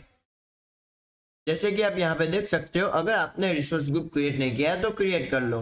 मैं यहाँ से मेरा प्री कॉन्फ़िगर्ड रिसोर्स ग्रुप को सिलेक्ट कर लेता हूँ। देन उसके बाद मैं वर्चुअल मशीन का नेम एंटर करता हूँ, जो है वर्डप्रेस VM, यानी कि हमारा वर्डप्रेस वर्चुअल मशीन। देन हम रीजन को एज इट इज रहने देते हैं, जो है नॉर्थ यूरोप। आप अपने नीड्स के अकॉर्डिंग इसे चेंज कर सकते हैं। Then scroll down and availability option में सिलेक्ट करते हैं नो इंफ्रास्ट्रक्चर रिडंडेंसी रिक्वायर्ड। इसे सिलेक्ट करें क्योंकि इस सेटअप के लिए हाई रिडंडेंसी की जरूरत नहीं है। अब देखेंगे कि डिस्क इमेज ऑलरेडी बीट नामी पैकेज फॉर वर्डप्रेस से सेट है। अब अपनी वर्चुअल मशीन साइट्स को सिलेक्ट करते हैं, जो मैं यहाँ पे डिफॉल्ट रहने देता हूँ, जो है B2S, जो प्रोवाइड करता है 2 virtual CPUs and 4 GB memory. Then scroll down and अब हम एक एडमिनिस्ट्रेटर अकाउंट को क्रिएट करते हैं by using user name and password. तो मैं पासवर्ड को सिलेक्ट कर लेता हूँ। देन मैं यहाँ पे यूजर नेम एंटर करता हूँ, जो है वर्डप्रेस एडमिन। देन उसके बाद हम पासवर्ड को एंटर करेंगे। ध्यान रहे कि आप पासवर्ड एंटर करते वक्त एज्योर के वैलिडेशन का यूज करके आप उसके कंस्ट्रेंट्स फॉलो करें, यानी कि एक कैपिटल लेटर, एक स्मॉल लेटर, एक नंबर एंड एक स्पेशल कैरेक्टर। तो मैं यहाँ पे वापस कंफर्म पासवर्ड को एंटर करता हूँ। देन उसके बाद हम क्लिक करते हैं नेक्स्ट। हम नेक्स्ट पे क्लिक करते ही हम डिस्क वाले सेक्शन में आ चुके हैं। अब डिस्क वाले सेक्शन में सब कुछ डिफॉल्ट सेटिंग्स पर रहने देते हैं, कोई चेंजेस करने की ज़रूरत नहीं है। क्योंकि ये सफिशिएंट है। तो अब हम स्क्रॉल डाउन करके नेक्स्ट पे क्लिक करते हैं। तो अब हम नेटवर्किंग के सेक्शन में आ जाएंगे एंड देन यहाँ पे नेटवर्किंग सेक्शन में फिर से सब कुछ डिफॉल्ट सेटिंग्स पर रहने देते हैं, क्योंकि HTTP पोर्ट 80 के इनबाउंड रूल्स ऑलरेडी कॉन्फ़िगर होते हैं। तो अब स्क्रॉल करते हैं, देन क्लिक करते हैं रिव्यू प्लस क्रिएट। तो ये थोड़ा टाइम ले सकता है, तो वेट करें इसका सक्सेसफुली कंप्लीट होने का। और जैसे कि आप यहाँ पे देख सकते हो, आप स्क्रॉल डाउन करके इस पर्टिकुलर कॉन्फ़िगरेशन को वैलिडेट कर सकते हो। अगर सब कुछ सही है तो आप क्रिएट बटन पे क्लिक करके वर्चुअल मशीन को डिप्लॉय कर सकते हो। तो अभी हमारा वर्चुअल मशीन डिप्लॉय होना स्टार्ट हो चुका है। तो वेट करें इसका सक्सेसफुली डिप्लॉय होने का। ये थोड़ा टाइम ले सकता है, तो वेट करें सक्सेसफुली जब डिप्लॉय हो जाए। ये कुछ मिनट्स ले सकता है, तो वेट करें। और जैसे कि आप यहाँ पे देख सकते हो, हमारा development is in progress and ठीक नीचे आप यहाँ पे देख सकते हो हमारा IP क्रिएट हो रहा है, नेटवर्क सिक्योरिटी ग्रुप क्रिएट हो रहा है, वर्चुअल नेटवर्क क्रिएट हो रहा है एंड देन उसके बाद हमारा वर्चुअल मशीन डिप्लॉय होगा। तो इसका वेट करें। और जैसे कि आप यहाँ पे देख सकते हैं, हमारा वर्चुअल मशीन सक्सेसफुली डिप्लॉय हो चुका है। तो हम गो टू रिसोर्स बटन पे क्लिक करके हम अपने वर्चुअल मशीन के ओवरव्यू पेज में मूव हो जाएंगे। अब हम ओवरव्यू पेज पे लेफ्ट हैंड पैनल में नेटवर्किंग सेक्शन देख सकते हो। उसके अंदर हम नेटवर्किंग सेटिंग्स पे क्लिक करते हैं। अब हम नेटवर्किंग सेटिंग्स पेज ओपन हो जाने के बाद हम स्क्रॉल डाउन करते हैं और जैसे कि आप यहाँ पे देख सकते हो, हमारा HTTP का इनबाउंड रूल पहले से ही कॉन्फ़िगर है। तो हमें अपना क्रिएट पोर्ट रूल करके इनबाउंड रूल को क्रिएट नहीं करना पड़ेगा। तो चलते हैं हम अपने ओवरव्यू पेज पे एंड हमारे पब्लिक IP एड्रेस को कॉपी करते हैं एंड ओपन करते हैं एक नया टैब एंड पेस्ट करते हैं यहाँ पे उसका public IP address and hit enter. Then हम क्लिक करेंगे कंटिन्यू टू साइट। तो जैसे कि आप यहाँ पे देख सकते हो, अपना वर्डप्रेस का सैंपल पेज ओपन हो चुका है, जो कंफर्म करता है कि वर्डप्रेस ऑलरेडी प्री इंस्टॉल और रेडी टू यूज है। तो लास्ट में एजर पोस्ट को सेव करने के लिए चलते हम एजर पोर्टल में एंड मूव करते हैं ऑल रिसोर्सेज पे।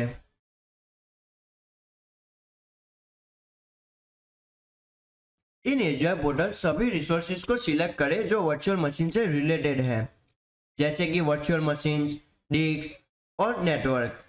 देन हम यहाँ से सारे रिसोर्सेज को सिलेक्ट कर लेते हैं एंड डिलीट बटन पे क्लिक कर लेते हैं। देन उसके बाद हम टाइप करते हैं delete for confirmation and again press करते हैं डिलीट। डिलीट बटन पर क्लिक करके इन्हें रिमूव करते हैं एंड दैट्स इट। आपने सक्सेसफुली बिटनामी पैकेज का यूज करके एजर पोर्टल पर वर्डप्रेस सेटअप किया और अननेसेसरी कॉस्ट सेव करने के लिए रिसोर्स क्लीन अप किया। आज के इस वीडियो में हम एक इम्पोर्टेंट टॉपिक को डिस्कस करेंगे अपने वर्चुअल मशीन्स में, जो है एजर अवेलेबिलिटी सेट्स। क्या आपने कभी सोचा है कि अगर आपका Azure virtual machine hardware failure या मेंटेनेंस की वजह से डाउन हो जाए तो क्या होगा? आज हम देखेंगे कि कैसे Azure availability sets availability ensure करते हैं और आपके एप्लीकेशन को प्रोटेक्ट करते हैं। तो सोचिए, आपका वेब एप्लीकेशन एक एजर वर्चुअल मशीन पर रन कर रहा है। यूज़र इंटरनेट के थ्रू ऐप को सीमलेसली एक्सेस कर रहे हैं, लेकिन अगर कुछ मिस्टेक हो जाए तो क्या होगा? कोई हार्डवेयर फेलर हो सकता है, जैसे power supply issue, network switch failure या एजर की प्लानेट मेंटेनेंस एक्टिविटीज़। ऐसे में आपका वर्चुअल मशीन ऑफलाइन हो सकता है। इससे आपके एप्लीकेशन में डिस्ट्रप्शन आएगा, डाउन टाइम होगा, यूज़र इंटरेक्शन कम होगा और साथ रेवेन्यू का भी लॉस होगा। इस प्रॉब्लम का सॉल्यूशन एजर अवेलेबिलिटी सेट्स है। अवेलेबिलिटी सेट्स एक लॉजिकल ग्रुपिंग होती है वर्चुअल मशीन की एक डेटा सेंटर के अंदर। ये इंश्योर करता है कि आपके virtual machines multiple fault domain और अपडेटेड डोमेन्स में डिस्ट्रीब्यूटेड हो। फॉल्ट डोमेन्स फिजिकल हार्डवेयर को रिप्रेजेंट करते हैं, जैसे सर्वर, रैक्स और पावर सप्लाईज। जब आप अपने वर्चुअल मशीन को अलग अलग फॉल्ट डोमेन में रखते हैं तो एज्योर ये इंश्योर करता है कि अगर एक फिजिकल सर्वर फेल हो जाता है तो आपके दूसरे वर्चुअल मशीन्स अनअफेक्टेड रहेंगी। Then updated domains planned Azure maintenance को हैंडल करते हैं। एज्योर एक टाइम पे एक अपडेट डोमेन को अपडेट करता है जिससे आपका एप्लीकेशन बिना किसी मेजर डिस्ट्रप्शन के रन कर सके। फॉर द एग्जाम्पल, मान लीजिए आपके पास 3 वर्चुअल मशीन्स है। एक अवेलेबिलिटी सेट में एज्योर ऑटोमेटिकली इन वर्चुअल मशीन्स को 2 फॉल्ट डोमेन्स और 3 अपडेटेड डोमेन्स में प्लेस कर देता है। अगर फॉल्ट डोमेन 1 में हार्डवेयर फेलर होता है तो सिर्फ वही वर्चुअल मशीन अफेक्ट होगा, बाकी वर्चुअल मशीन जो डिफरेंट फॉल्ट डोमेन्स में है वो कंटिन्यू करते हैं। वैसे ही एज्योर अपडेट्स के दौरान एक टाइम पर एक अपडेट डोमेन्स के वर्चुअल मशीन ही रिबूट होते हैं। इससे आपके एप्लीकेशन के डाउन टाइम मिनिमाइज होते हैं। अवेलेबिलिटी सेट्स का मैक्सिमम बेनिफिट लेने के लिए इन्हें एज्योर लोड बैलेंसर के साथ कंबाइन करें। लोड बैलेंसर आपके वर्चुअल मशीन के अक्रॉस ट्रैफिक डिस्ट्रीब्यूट करता है। अगर एक वर्चुअल मशीन डाउन हो जाए तो ट्रैफिक ऑटोमेटिकली दूसरे हेल्दी वर्चुअल मशीन पे रीडायरेक्ट हो जाते हैं। इससे यह इंश्योर होता है कि आपका एप्लीकेशन हार्डवेयर फेलर या मेंटेनेंस के दौरान भी अवेलेबल और रिलायंट रहे। समरी में एज्योर अवेलेबिलिटी सेट्स ऑफर करता है हाई अवेलेबिलिटी, हार्डवेयर या मेंटेनेंस इश्यू की वजह से डाउन टाइम कम होता है। Then second one is fault tolerance, hardware failure से protection. Then third one is cost efficient reliance, expensive outage और एप्लीकेशन डिस्ट्रप्शन से बच सकते हैं। ये कुछ टिप्स है अवेलेबिलिटी सेट्स इंप्लीमेंट करते वक्त। हमेशा कम से कम 2 या ज़्यादा वर्चुअल मशीन को अवेलेबिलिटी सेट में रखें। Then second one is load balancer के साथ अवेलेबिलिटी सेट्स के साथ यूज़ करें ताकि ट्रैफिक सिमलेसली डिस्ट्रीब्यूट हो सके। देन थर्ड वन इज अपने आर्किटेक्चर को इस तरह प्लान करें कि फॉल्ट डोमेन्स और अपडेट डोमेन्स का फुल एडवांटेज ले सकें। एज्योर अवेलेबिलिटी सेट्स के साथ आप इंश्योर कर सकते हैं कि आपके critical application up and running रहे, चाहे जो भी हो। इस वीडियो में हम वर्चुअल मशीन को अवेलेबिलिटी सेट पे डिप्लॉय करेंगे एज्योर में। हम वर्चुअल मशीन में लॉगिन नहीं करेंगे, बस मैं आपको दिखाने वाला हूँ कैसे मशीन्स को फॉल्ट और अपडेट डोमेन्स के अक्रॉस डिस्ट्रीब्यूशन किया जाता है। तो चलिए स्टार्ट करते हैं। पहले मैं एक नए वर्चुअल मशीन को क्रिएट करूँगा अपने रिसोर्स ग्रुप में। तो चलते हैं हम वर्चुअल मशीन सेक्शन में एंड देन यहाँ पे क्रिएट बटन पे क्लिक करके एज्योर वर्चुअल मशीन को सिलेक्ट कर लेते हैं। देन उसके बाद हम रिसोर्स ग्रुप को सिलेक्ट करेंगे जो मैंने पहले से बना के रखा था, जो है डेमो। अगर आपने रिसोर्स ग्रुप क्रिएट नहीं किया है तो आप यहाँ से क्रिएट अ न्यू करके रिसोर्स ग्रुप क्रिएट कर ले। देन उसके बाद वर्चुअल मशीन नेम में मैं एंटर करता हूँ ऐप VM01 और नेक्स्ट हम रीजन को as it is not Europe पे रहने देते हैं। अब नेक्स्ट अवेलेबिलिटी ऑप्शन पे चलते हैं। पहले हम हमेशा नो इंफ्रास्ट्रक्चर रिडंडेंसी ऑप्शन को सिलेक्ट करते थे, पर आज हम अवेलेबिलिटी सेट को सिलेक्ट करेंगे एंड देन यहाँ पे आप देख सकते हो अवेलेबिलिटी सेट। तो अभी मेरे पास कोई अवेलेबिलिटी सेट नहीं है तो मैं क्रिएट अ न्यू बटन पे क्लिक करूंगा और एक नया अवेलेबिलिटी सेट को क्रिएट कर लूंगा। एंड यहाँ पे आपको एक विजार्ड ओपन करेगा जहाँ पे हम अवेलेबिलिटी सेट क्रिएट कर सकते हैं। इसको एक सिंपल नाम देते हैं जो है ऐप सेट, और फिर फॉल्ट डोमेन और अपडेट डोमेन का नंबर सेट करेंगे। फॉल्ट डोमेन्स का मैक्सिमम नंबर होता है 3 एंड अपडेटेड डोमेन्स के मैक्सिमम नंबर होता है 20। मैं फॉल्ट डोमेन को 2 नंबर पे सेट करूंगा एंड अपडेटेड डोमेन्स को 5 नंबर पे सेट करके ओके पे प्रेस कर दूंगा। और यही रीज़न है कि हमारे प्रीवियस डायग्राम में जब मशीन्स लॉन्च होती है तो 6 मशीन के बाद अपडेट मशीन 1 से स्टार्ट होती है, जैसे कि आप यहाँ पे इस डायग्राम में देख सकते हैं। अब मैं वर्चुअल मशीन को कॉन्फ़िगर करूँगा तो चलते हम स्क्रॉल डाउन करके और मैं इमेज साइज को Ubuntu server as it is रहने देता हूँ। देन उसके बाद स्क्रॉल डाउन एंड साइज को B1S सिलेक्ट कर लेते हैं। देन उसके बाद हमें एक अपना एज्योर का एडमिनिस्ट्रेटर अकाउंट क्रिएट करना होगा, तो हम पासवर्ड वाले सेक्शन में क्लिक कर लेते हैं। देन यहाँ पे हम user name and password create करते हैं हमारे एडमिनिस्ट्रेटर अकाउंट के लिए। तो मैं यहाँ पे नाम देता हूँ लिनक्स एडमिन। देन यहाँ पे मैं पासवर्ड एंटर करता हूँ। Again I will type confirm password. Now अब मैं इंटरमीडिएट स्टेप पे नहीं जा रहा हूँ, मैं directly review plus create button पे क्लिक कर देता हूँ। तो यहाँ पे सिस्टम एक नया वर्चुअल नेटवर्क और पब्लिक आईपी एड्रेस क्रिएट करेगा, लेकिन सबसे इम्पोर्टेंट बात यह है कि ये अवेलेबिलिटी सेट भी क्रिएट करेगा जो अपने आप में एक सेपरेट रिसोर्स है। जैसे कि आप यहाँ पे देख सकते हो, हम रिव्यू प्लस क्रिएट वाले ऑप्शन में आ चुके हैं। तो आप अपना कॉन्फ़िगरेशन वैलिडेट कर सकते हो। आप यहाँ से अगर सब कुछ सही लगे तो क्रिएट बटन पे क्लिक करके डिप्लॉयमेंट स्टार्ट कर सकते हो। तो जैसे कि आप यहाँ पे देख सकते हो, मेरा वर्चुअल मशीन डिप्लॉय होना स्टार्ट हो चुका है। ये कुछ मिनट ले सकता है, सो वेट करें इसका सक्सेसफुली डिप्लॉय होने का। फिलहाल ये हमारा डिप्लॉयमेंट प्रोसेस इन प्रोग्रेस में है। तो जैसे कि आप यहाँ पे देख सकते हो, हमारा वर्चुअल मशीन सक्सेसफुली डिप्लॉय हो चुका है। अब मैं ऑल रिसोर्स पे जाकर अवेलेबिलिटी सेट्स को चेक करता हूँ। तो हम चलते हैं हमारे ऑल रिसोर्सेज पेज में, एंड देन यहाँ पे आप देख सकते हैं ऐप सेट। यहाँ पे आपको अवेलेबिलिटी सेट एक सेपरेट रिसोर्स के रूप में दिखाई देगा, जो आप यहाँ पे देख सकते हो। तो अगर मैं इसको ओपन कर लेता हूँ तो मुझे first virtual machines PM01 all domain 0 और अपडेटेड डोमेन 0 पे दिखाई देगा, जो असाइन की गई है। अवेलेबिलिटी सेट अपने आप वर्चुअल मशीन्स को फॉल्ट और अपडेट डोमेन्स में असाइन कर देता है। अब मैं एक और वर्चुअल मशीन्स को डेवलप करके आपको दिखाने वाला हूँ। तो चलते हैं हम हमारे वर्चुअल मशीन सेक्शन में एंड क्रिएट करते हैं एक नया वर्चुअल मशीन। यहाँ से मैं अपना रिसोर्स ग्रुप को सिलेक्ट कर लेता हूँ जो है डेमो, एंड उसके बाद वर्चुअल मशीन का नाम देता हूँ ऐप PM02 एंड रीजन को एज इट इज रहने देता हूँ, एंड देन अवेलेबिलिटी ऑप्शन को अवेलेबिलिटी सेट पे सिलेक्ट कर लेता हूँ। देन उसके बाद मैं सिलेक्ट करूँगा ऐप सेट, जो हमने प्रीवियस वीडियो में अवेलेबिलिटी सेट को क्रिएट किया था। एंड देन यहाँ पे मैं उबंटू सर्वर को एज इट इज रहने दूंगा और साइज को भी। देन स्क्रॉल डाउन एंड यहाँ पे मैं पासवर्ड सिलेक्ट करके यहाँ पे एक एडमिनिस्ट्रेटर अकाउंट क्रिएट कर दूंगा। तो यहाँ पे यूजर नेम एंटर करते हैं लिनक्स एडमिन,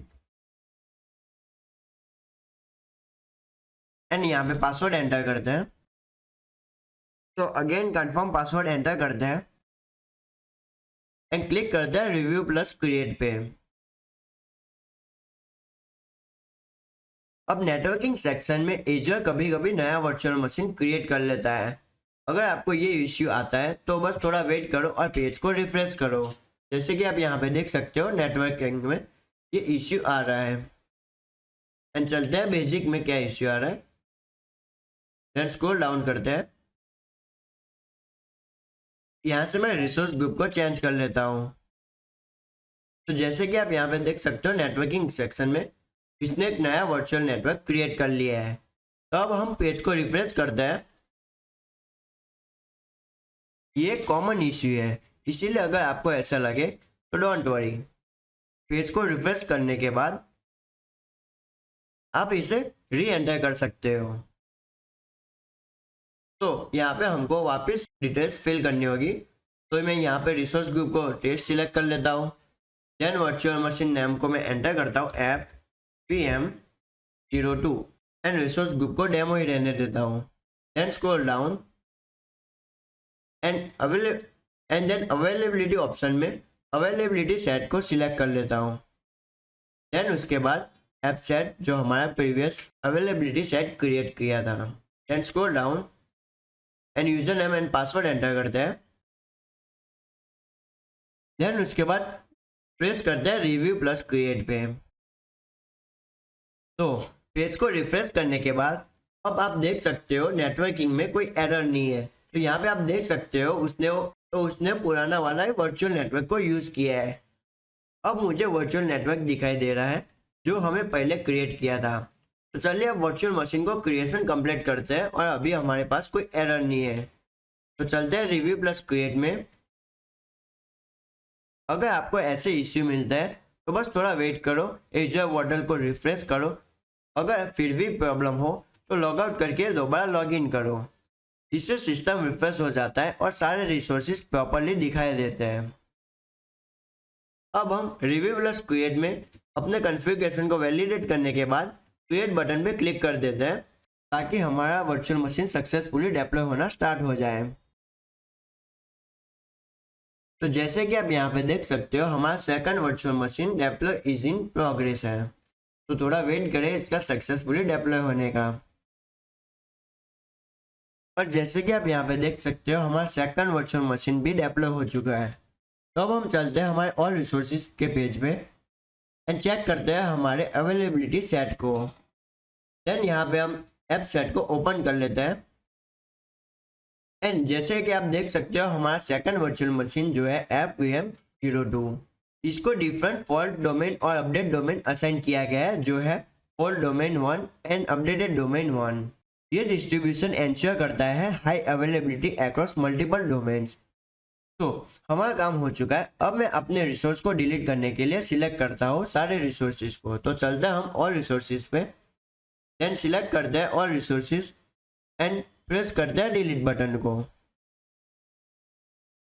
देन यहाँ पे कंफर्मेशन के लिए टाइप करते हैं डिलीट एंड प्रेस करते हैं delete button. Again I will press delete.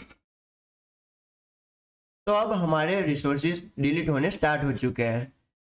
हमारा रिसोर्स सक्सेसफुली डिलीट हो जाने के बाद हमें एक सक्सेस का मैसेज नोटिफिकेशन मिल जाएगा।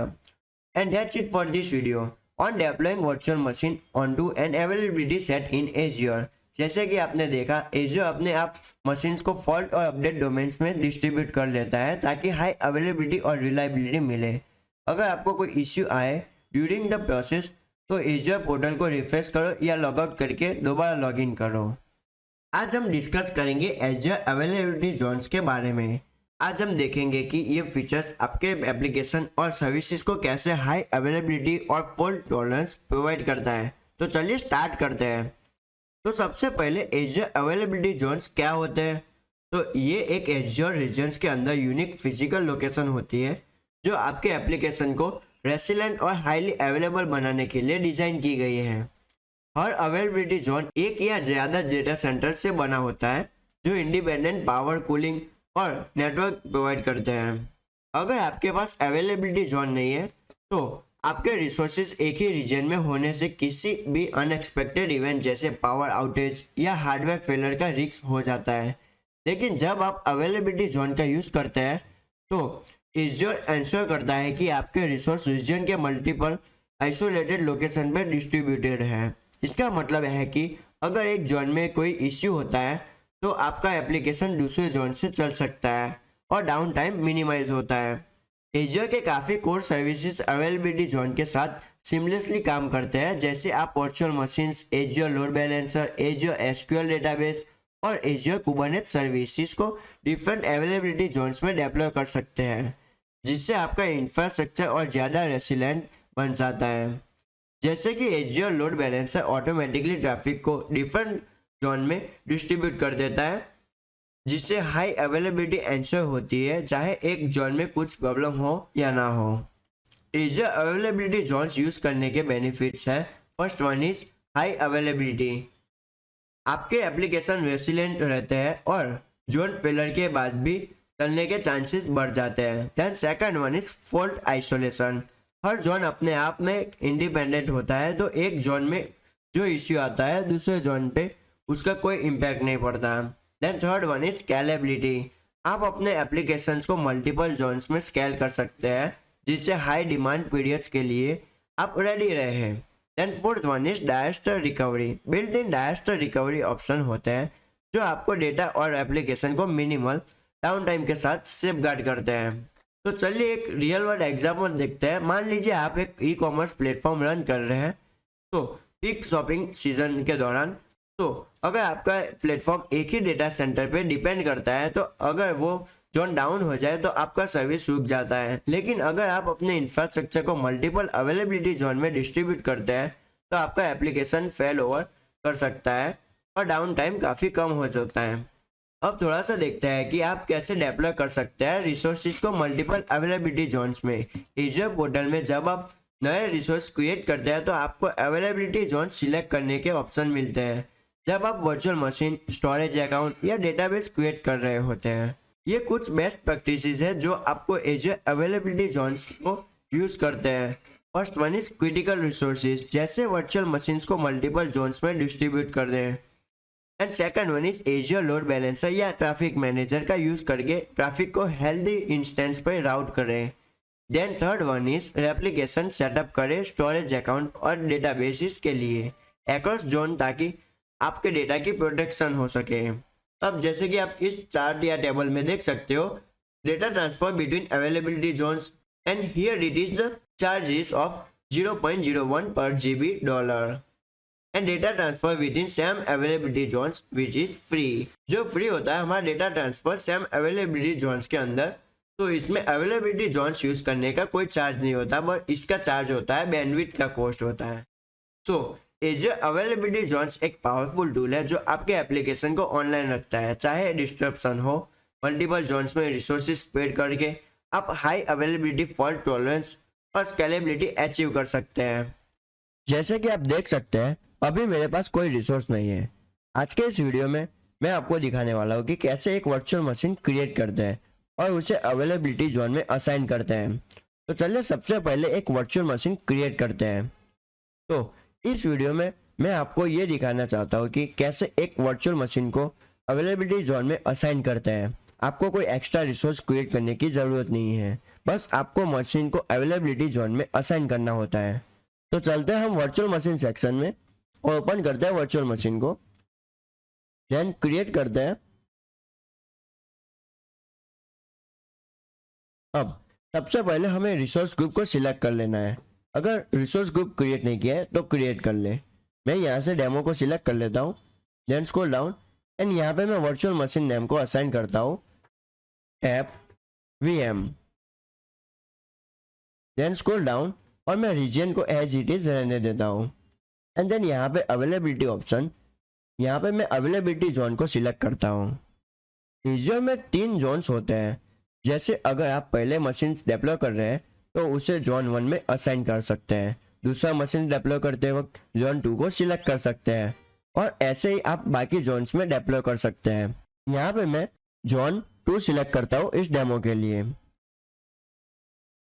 देन स्क्रॉल डाउन और इमेज को मैं उबंटू सर्वर 22 पे सिलेक्ट रहने देता हूँ। Then scroll down and sizes को सिलेक्ट करता हूँ जो है डिफॉल्ट हमारा B1S। Then scroll down and अब यहाँ पे मैं एडमिनिस्ट्रेटर अकाउंट क्रिएट करूँगा। तो यहाँ पे मैं पासवर्ड को सिलेक्ट करके यहाँ पे मैं यूजर नेम एंटर करूँगा जो है लिनक्स एडमिन। देन यहाँ पे मैं पासवर्ड एंटर करता हूँ।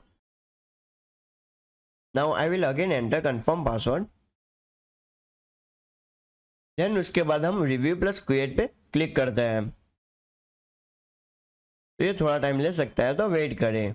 जैसे कि आप यहाँ पे देख सकते हो हमारा कॉन्फ़िगरेशन लोड हो रहा है। देन यहाँ पे आप स्क्रॉल डाउन करें एंड जैसे कि आप यहाँ पे देख सकते हो हमारा कॉन्फ़िगरेशन सही से कॉन्फ़िगर है। तो अब मैं यहाँ पे क्रिएट बटन पे क्लिक करता हूँ।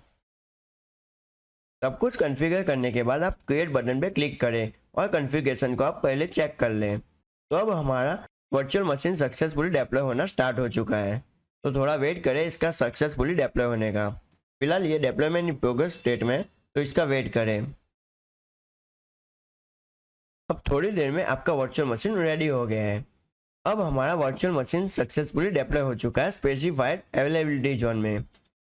तो जब आपका वर्चुअल मशीन डेप्लॉय हो जाए तो उसके डिटेल्स पे जाएंगे। तो हम ओपन करेंगे गो टू रिसोर्स पे।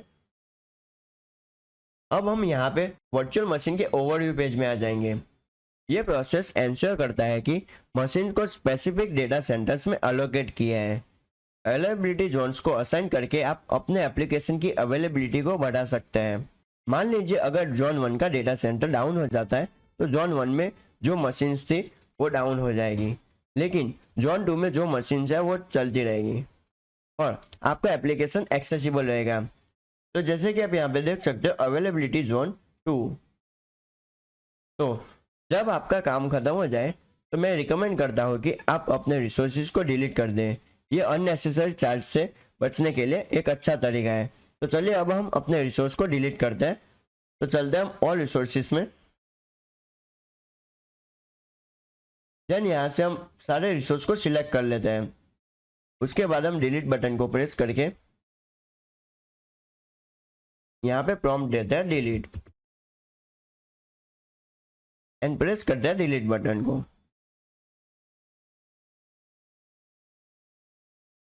एंड दैट्स इट, हमने सक्सेसफुली एक वर्चुअल मशीन क्रिएट की और उसे अवेलेबिलिटी जोन में असाइन किया।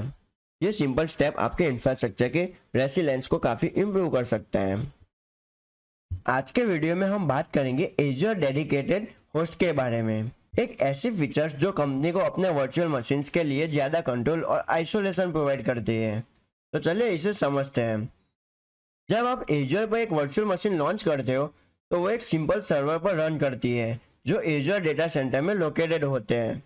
अब ये इंटरेस्टिंग बात है कि अदर एज्योर कस्टमर्स अपने वर्चुअल मशीन्स को फिजिकल सर्वर पर रन कर सकते हैं। इस सेटअप को हम मल्टी टेनेंट एनवायरनमेंट कहते हैं, लेकिन लार्ज कंपनी या ऑर्गेनाइजेशन स्पेसिफिक कंप्लायंस और सिक्योरिटी रिक्वायरमेंट्स रखती है, उनके लिए ये शायद फिजिकल सर्वर आइडल नहीं होता। यहीं पर एज्योर डेडिकेटेड होस्ट की ज़रूरत होती है। एज्योर डेडिकेटेड होस्ट आपको डेडिकेटेड फिजिकल सर्वर्स देते हैं जो एज्योर डेटा सेंटर में होस्ट किए जाते हैं।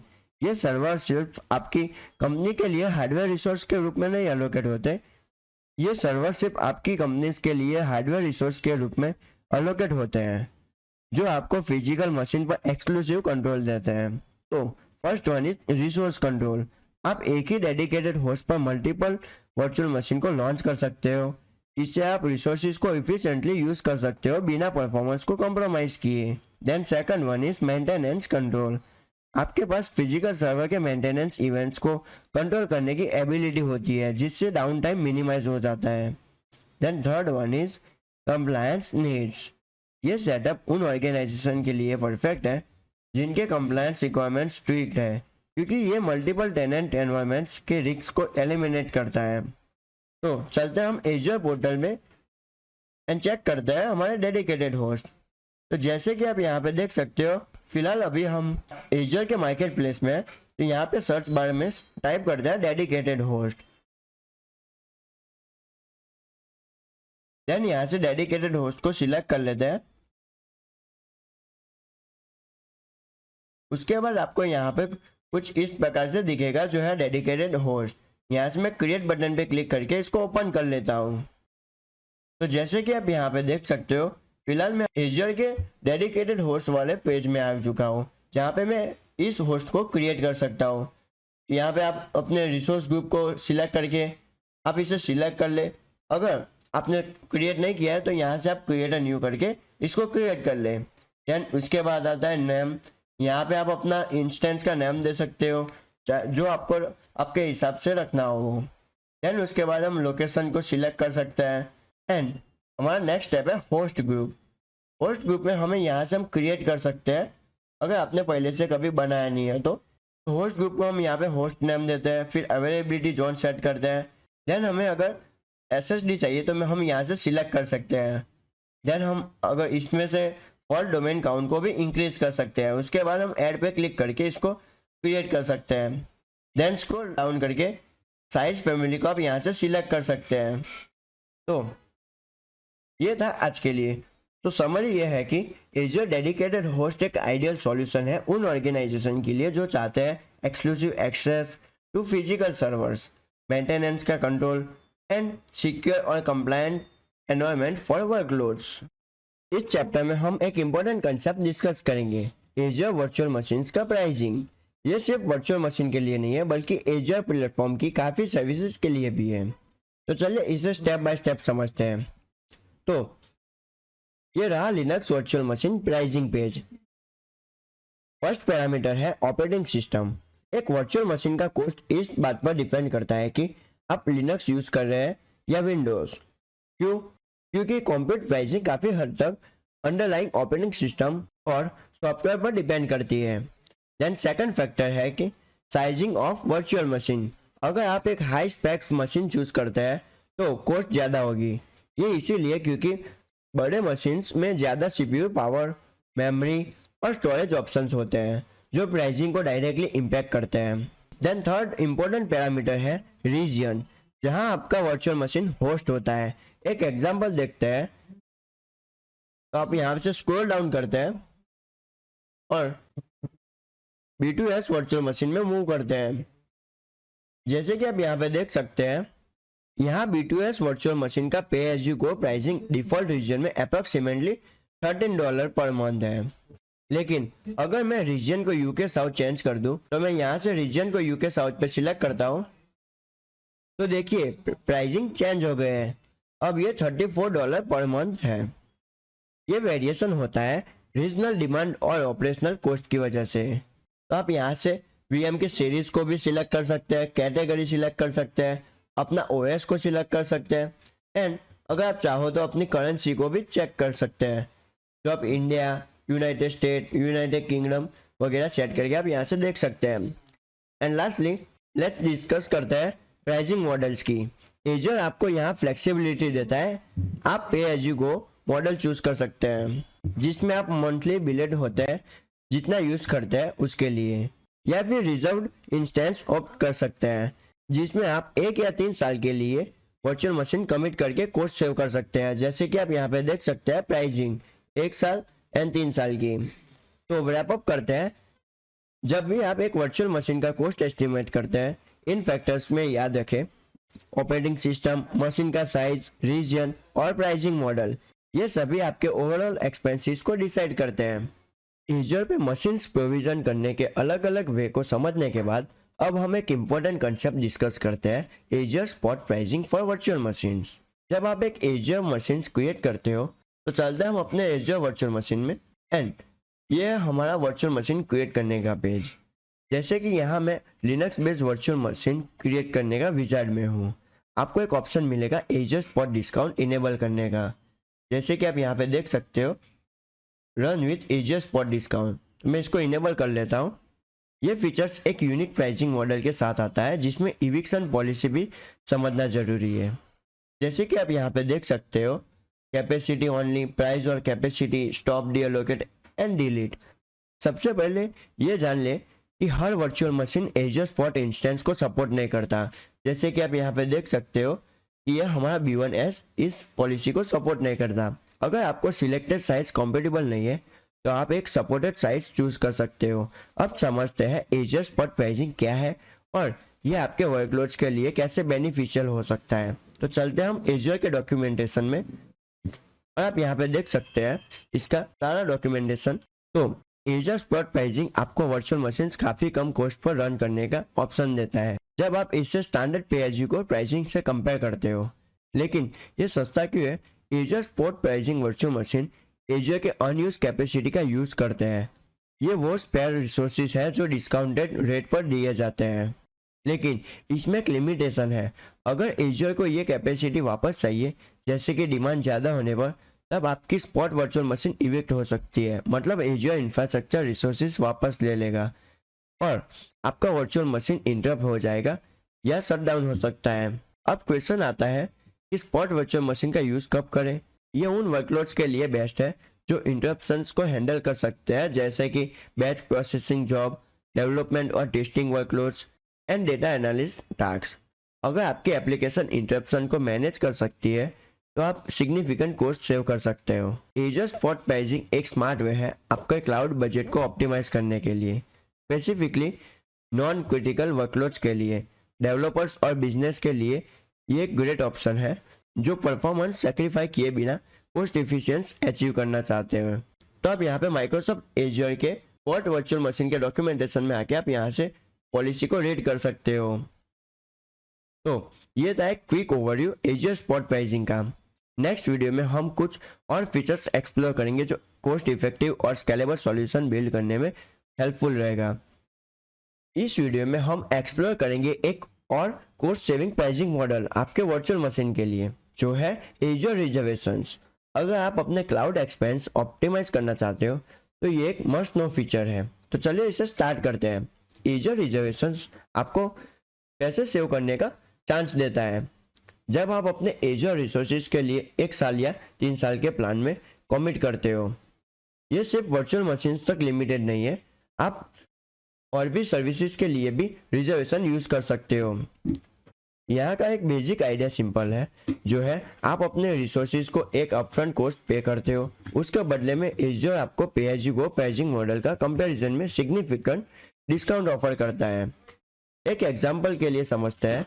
मान लीजिए आपके पास एक वर्चुअल मशीन है जो 24 घंटे 3 साल के लिए चलेगी। अगर आप pay as you go model में है तो आप पर हावर चार्ज होते हैं, लेकिन अगर आप अपने यूजर्स के बारे में श्योर हैं तो रिजर्वेशन में कमिट करके आप अपने लॉन्ग टर्म में काफ़ी पैसा सेव कर सकते हो। अगर आप मशीन को 3 साल के लिए रिजर्व करते हैं और अपफ्रंट पेमेंट करते हैं तो ओवरऑल कॉस्ट काफ़ी कम हो जाती है। ये लॉन्ग टर्म प्रोजेक्ट्स के लिए अच्छा ऑप्शन है। तो अब चलिए देखते हैं कि कैसे आप एजर रिजर्वेशन परचेस कर सकते हैं। तो अपने एजर पोर्टल पे मूव होने से पहले आप यहाँ पे देख सकते हो, ये है। तो आप यहाँ पे देख सकते हो माइक्रोसॉफ्ट एजर का ऑफिशियल डॉक्यूमेंटेशन। आप यहाँ से आप उसको रीड कर सकते हो सारे क्वेश्चंस को। तो अब हम चलते हैं हमारे एजर पोर्टल पे और सर्च बार में टाइप करते हैं रिजर्वेशंस। हम यहाँ पे टाइप करते हैं रिजर्वेशन, देन यहाँ पे क्लिक करके इसको ओपन कर लेते हैं। यहाँ आपको टॉप राइट साइड में ऐड बटन मिलेगा जहाँ से आप अपने रिजर्वेशन परचेस कर सकते हैं। तो हम यहाँ पे ऐड बटन पे प्रेस करते हैं। अब आप देख सकते हैं कि रिजर्वेशन काफ़ी सर्विसेज के लिए अवेलेबल है, जैसे कि virtual machine, SQL database, Azure Snapchat, Azure Synapse, Azure Cosmos, Azure blob storage and much more. लेकिन हम यहाँ वर्चुअल मशीन पर फोकस करेंगे, तो चलते हम एजर मशीन्स को ऑप्शन को सिलेक्ट करते हैं। हम सिलेक्ट करके इसको ओपन कर लेते हैं। तो एजर आपके 13 डेज यूजेस डेटा के बेस पर रिकमेंडेशन देता है, जैसे कि आप यहाँ पे देख सकते हो फिल्टर, और यहाँ पे आप फिल्टर भी सेट कर सकते हो। सिलेक्ट वैल्यू, बिलिंग फ्रीक्वेंसी जो आप मंथली या हावरली पर सेट कर सकते हो, और आप फिल्टर यहाँ से ऐड कर सकते हो। अगर आपका अकाउंट न्यू है तो ये उतना डिटेल्स नहीं होगा जैसे कि मेरे केस में, लेकिन आप मैन्युअली ऑप्शन एक्सप्लोर कर सकते हैं। अपने रिक्वायरमेंट्स के हिसाब से मशीन साइज चूज कर सकते हैं। एजर आपको 1 साल या 3 साल के रिजर्वेशन के लिए एस्टिमेट कॉस्ट सेविंग दिखाएगा। याद रहे ये सेविंग अपफ्रंट कमिटमेंट के बेसिस पे कैलकुलेट होती है। तो समराइज करते हैं, एजर रिजर्वेशन एक अच्छा चॉइस है अगर आप अपने लॉन्ग टर्म यूजर्स नीड्स के बारे में कॉन्फिडेंट है। देन सेकंड वन इज आप pay as you go pricing से काफ़ी ज़्यादा कॉस्ट रिड्यूस करना चाहते हैं। देन थर्ड वन इज अगर आप 24 आवर्स वर्कलोड या एक्सटेंडेड पीरियड्स के लिए चलाने वाले हैं। And that's it. तो ये था चैप्टर का समरी एजर रिजर्वेशन पर। अगर आप लॉन्ग टर्म प्रोजेक्ट्स को मैनेज कर रहे हो तो ये प्राइसिंग मॉडल कंसिडर करना वर्थ है। आज के चैप्टर में हम बात करेंगे Azure virtual machine scale set के बारे में। इस वीडियो के एंड तक आपको समझ आ जाएगा कि कैसे आप अपनी एजर इंफ्रास्ट्रक्चर को इफिशिएंटली और ऑटोमेटिक स्केल कर सकते हैं। तो चलिए इसे स्टार्ट करते हैं। पहले हमने डिस्कस किया था कि अगर आप अपने एप्लीकेशन की अवेलेबिलिटी बढ़ाना चाहते हैं तो आपको मल्टीपल वर्चुअल मशीन्स को अपने इंफ्रास्ट्रक्चर में डिप्लॉय करनी चाहिए। ये कंसेप्ट सिंपल है। अपने एप्लीकेशन को इन सभी मशीन पर इंस्टॉल करो और ट्रैफिक को उन मशीन के बीच डिस्ट्रीब्यूट करो। जब आपके पास मल्टीपल मशीन होते हैं तो आप इजीली ज़्यादा यूजर्स हैंडल कर सकते हैं, क्योंकि लोड उन मशीन के बीच डिस्ट्रीब्यूट हो जाता है। अगर आपको ट्रैफिक का स्पाइक आने की उम्मीद हो तो बस और मशीन्स को ऐड कर लो। अब इस कंसेप्ट को थोड़ा और समझते हैं। तो हमने ट्रैफिक डिस्ट्रीब्यूट करने की बात की थी, जिसे हम बाद में और डिटेल्स में कवर करेंगे। आज हम फोकस करेंगे अपने इंफ्रास्ट्रक्चर के स्केलेबिलिटी पर।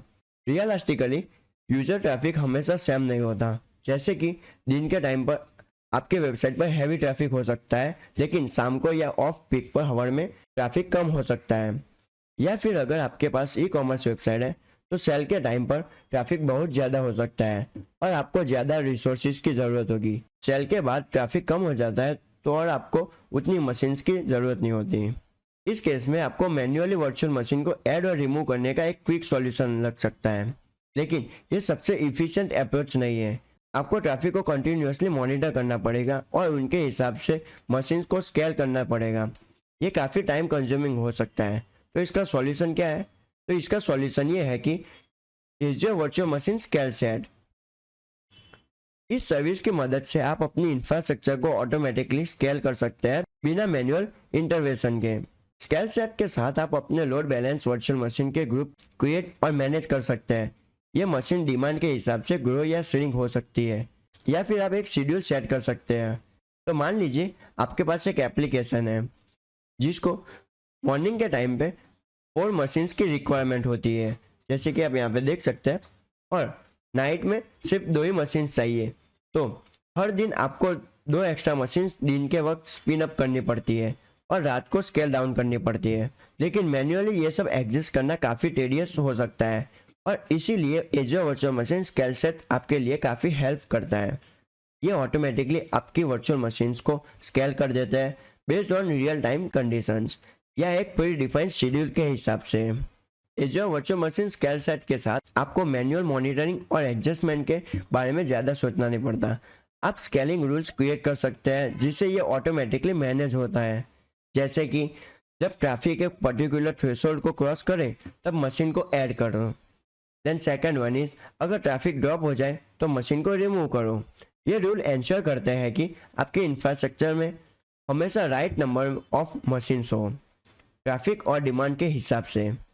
तो नेक्स्ट चैप्टर में हम देखेंगे कैसे एक virtual machine scale set create करते हैं और स्केलिंग रूल्स को इम्प्लीमेंट करते हैं। इससे आपको हैंड्स ऑन एक्सपीरियंस मिलेगा कि कैसे एजर आपकी इंफ्रास्ट्रक्चर को इफिशिएंटली मैनेज करने में हेल्प करता है। आज हम बात करेंगे एजर में वर्चुअल मशीन स्केल सेट कैसे बनाते हैं। ये एक पावरफुल फीचर है जो आपको identical load balance virtual machine deploy और मैनेज करने की फैसिलिटी देता है। तो चलिए स्टार्ट करते हैं। सबसे पहले हमें एजर मार्केट प्लेस पर जाना है और एजर पोर्टल में लॉगिन करने के बाद ऊपर दिए गए सर्च में क्लिक करते हैं एंड यहाँ पे टाइप करते हैं स्केल सेट एंड देन आपको यहाँ पे वर्चुअल मशीन स्केल सेट का ऑप्शन सर्च रिजल्ट में दिखाई देगा। तो हम उसको क्लिक करके ओपन कर लेते हैं। अब आपको वर्चुअल मशीन स्केल सेट का पेज दिखाई देगा। तो यहाँ पे आप देख सकते हो फर्स्ट वाला वर्चुअल मशीन स्केल सेट। तो मैं यहाँ पे क्रिएट बटन पे क्लिक करके इसको ओपन कर लेता हूँ और यहाँ पे ये विजार्ड ओपन होगा। ये wizard Azure virtual machine creation page जैसा ही दिखेगा, लेकिन ये स्पेसिफिकली स्केल सेट बनाने के लिए है। तो अब हम रिक्वायर्ड डिटेल्स को फिलअप करना स्टार्ट करेंगे। तो सबसे पहले हम रिसोर्स ग्रुप को सिलेक्ट कर लेते हैं। यहाँ से मैं इस डेमो के लिए मैं डेमो को सिलेक्ट कर लेता हूँ। देन स्क्रॉल डाउन एंड अपने वर्चुअल मशीन स्केल सेट का नाम देता हूँ FVM। अब हम रीजन सिलेक्ट करेंगे। मैं यहाँ पे नॉर्थ यूरोप को डिफॉल्ट रीजन ही रहने दूंगा। अब नेक्स्ट स्टेप है अवेलेबिलिटी जोन। इस डेमो के लिए हम इसे नन पर ही रहने देंगे। आप हाई अवेलेबिलिटी के लिए स्पेसिफिक जोन को सिलेक्ट कर सकते हो। फिलहाल के लिए मैं इसको नन पे ही रहने देता हूँ। देन उसके बाद आता है ऑर्केस्ट्रेशन सेक्शन में आपको 2 ऑप्शन दिखाई देंगे, एक है फ्लेक्सिबल और दूसरा है यूनिफॉर्म। तो मैं आपको इसका थोड़ा क्विक ओवरव्यू देता हूँ। फ्लेक्सिबल मोड में आप अलग अलग टाइप्स की वर्चुअल मशीन एक ही स्केल सेट में रख सकते हैं, जबकि यूनिफॉर्म मोड में सभी मशीन्स आइडेंटिकल होती है। इस डेमो के लिए मैं यूनिफॉर्म ऑप्शन को सिलेक्ट कर रहा हूँ। मैं इसको यहाँ से सिलेक्ट कर लेता हूँ। अब हम स्केलिंग ऑप्शन पर स्क्रॉल करते हैं। यहाँ हम स्केलिंग के ऑप्शन सेट करेंगे। स्केलिंग मोड को डिफॉल्ट पर सेट करते हैं, जो है manually update the capacity. Now अब हम इंस्टेंस काउंट फील्ड में टाइप करेंगे 1, क्योंकि हम एक इंस्टेंस से स्टार्ट करेंगे। नाउ नेक्स्ट ऑपरेटिंग सिस्टम को चूज करते हैं। यहाँ पे मैं as it is Ubuntu server को रहने दूंगा, जो है मेरा डिफॉल्ट। देन उसके बाद है मशीन साइज। मशीन साइज के लिए हम डिफॉल्ट B1S ऑप्शन को चूज करेंगे। ये एक कॉस्ट इफेक्टिव और लाइट वेट ऑप्शन है। अब हम एक एडमिनिस्ट्रेटर अकाउंट बनाते हैं पासवर्ड ऑप्शन को सिलेक्ट करके। अब हम पासवर्ड ऑप्शन को सिलेक्ट करते हैं। देन यहाँ पे यूजर नेम एंटर करते हैं, जो है मैं Linux admin, and then password enter करते हैं। अगेन पासवर्ड एंटर करते हैं, कंफर्म पासवर्ड। आप इस क्रेडेंशियल को कहीं सेफ जगह पे सेव कर ले, क्योंकि आपको इनकी ज़रूरत वर्चुअल मशीन एक्सेस करने के लिए पड़ेगी। तो अब हम पासवर्ड एंटर करने के बाद क्लिक करते हैं नेक्स्ट पे। नेक्स्ट पे क्लिक करने के बाद हम स्पॉट वाले पेज में आ जाएंगे। हम इसको एज इट इज डिफॉल्ट पे रहने देते हैं। देन क्लिक करते हैं डिस्क पे। अब हम डिस्क सेक्शन में आ गए। तो आप डिस्क सेक्शन में देख सकते हैं OS डिस्क, जो है हमारा default 13 GB and OS disk type है SSD। नाउ इसको भी डिफॉल्ट रहने देते हैं एंड क्लिक करते हैं नेटवर्किंग पे। नेटवर्किंग सेक्शन में मूव करने के बाद यहाँ आप देखोगे कि वो एक वर्चुअल नेटवर्क और सबनेट ऑटोमेटिकली क्रिएट हो गए हैं। इन्हें एज इट इज रहने दे सकते हैं। देन उसके बाद नेटवर्क इंटरफेस पर क्लिक करते हैं और एडिट बटन पे क्लिक करते हैं और इनबाउंड पोर्ट को कॉन्फ़िगर करने के लिए हम पब्लिक इनबाउंड पोर्ट को ऑल सिलेक्टेड पोर्ट्स को इनेबल करेंगे। देन उसके बाद हम यहाँ से SSH को चूज कर लेंगे ताकि SSH कनेक्शन एलो हो सके। देन उसके बाद हम पब्लिक IP एड्रेस ऑप्शन को इनेबल करते हैं। ये बाय डिफॉल्ट डिसेबल होता है तो इसे ऑन कर लें। अब जब इनेबल करने के बाद ओके पर क्लिक कर लेते हैं। अब फाइनल स्टेप के लिए हम रिव्यू प्लस क्रिएट बटन पे क्लिक कर लेते हैं। तो ये थोड़ा टाइम ले सकता है क्योंकि हमारा कॉन्फ़िगरेशन अभी वैलिडेट हो रहा है, तो इसका वेट करें सक्सेसफुली वैलिडेट होने का। तो जैसे कि आप यहाँ पे देख सकते हो हमारा कॉन्फ़िगरेशन सक्सेसफुली वैलिडेट हो चुका है। तो वैलिडेट हो जाने के बाद हम क्रिएट बटन पे क्लिक करते हैं। अब डेप्लॉयमेंट प्रोसेस स्टार्ट हो चुका है, तो इसका थोड़ा वेट करें इसका सक्सेसफुली डेप्लॉय होने का। ये प्रोसेस कुछ मिनट्स ले सकता है, सो वेट करें। अब जब डेप्लॉयमेंट सक्सेसफुल होने के बाद गो टू रिसोर्स बटन पर क्लिक करें। तो अब हम लिनक्स के ओवरव्यू पेज पे आ चुके हैं। तो अब हम रिसोर्स लिस्ट को देखते हैं। तो चलते हैं हम लेफ्ट हैंड मेनू में एंड ओपन करते हैं ऑल रिसोर्सेज। अब हम ऑल रिसोर्सेज सेक्शन में आ गए हैं। तो और आप यहाँ पे देख सकते हैं एक virtual network, virtual machine scale set और नेटवर्क सिक्योरिटी ग्रुप यहाँ पे लिस्टेड दिखेगा। अब हम वर्चुअल मशीन स्केल सेट को ओपन कर लेते हैं। यहाँ से क्लिक करके ओपन कर लेते हैं और यहाँ पे आप देख सकते हैं लेफ्ट हैंड मेनू में इंस्टेंसेस। हम इंस्टेंसेस ऑप्शन को ओपन कर लेते हैं। तो आपको यहाँ पे एक इंस्टेंस दिखाई देगा। ये एक वर्चुअल मशीन है लेकिन ये स्केल सेट के द्वारा कंट्रोल होती है। अगर मैं इस पर क्लिक करूँ तो यहाँ पे उस मशीन का ओवरव्यू पेज ओपन हो जाएगा। तो मैं यहाँ पे SSH के थ्रू कनेक्ट हो सकता हूँ और यहाँ पे आप पब्लिक IP एड्रेस भी देख सकते हैं एंड यहाँ पे उसकी उस इंस्टेंस के डिटेल्स भी। And that's it. ये था प्रोसेस एज़्योर में virtual machine scale set create करने का। नेक्स्ट वीडियो में हम देखेंगे कि कैसे इन स्केल सेट को डायनामिकली स्केल किया जाता है।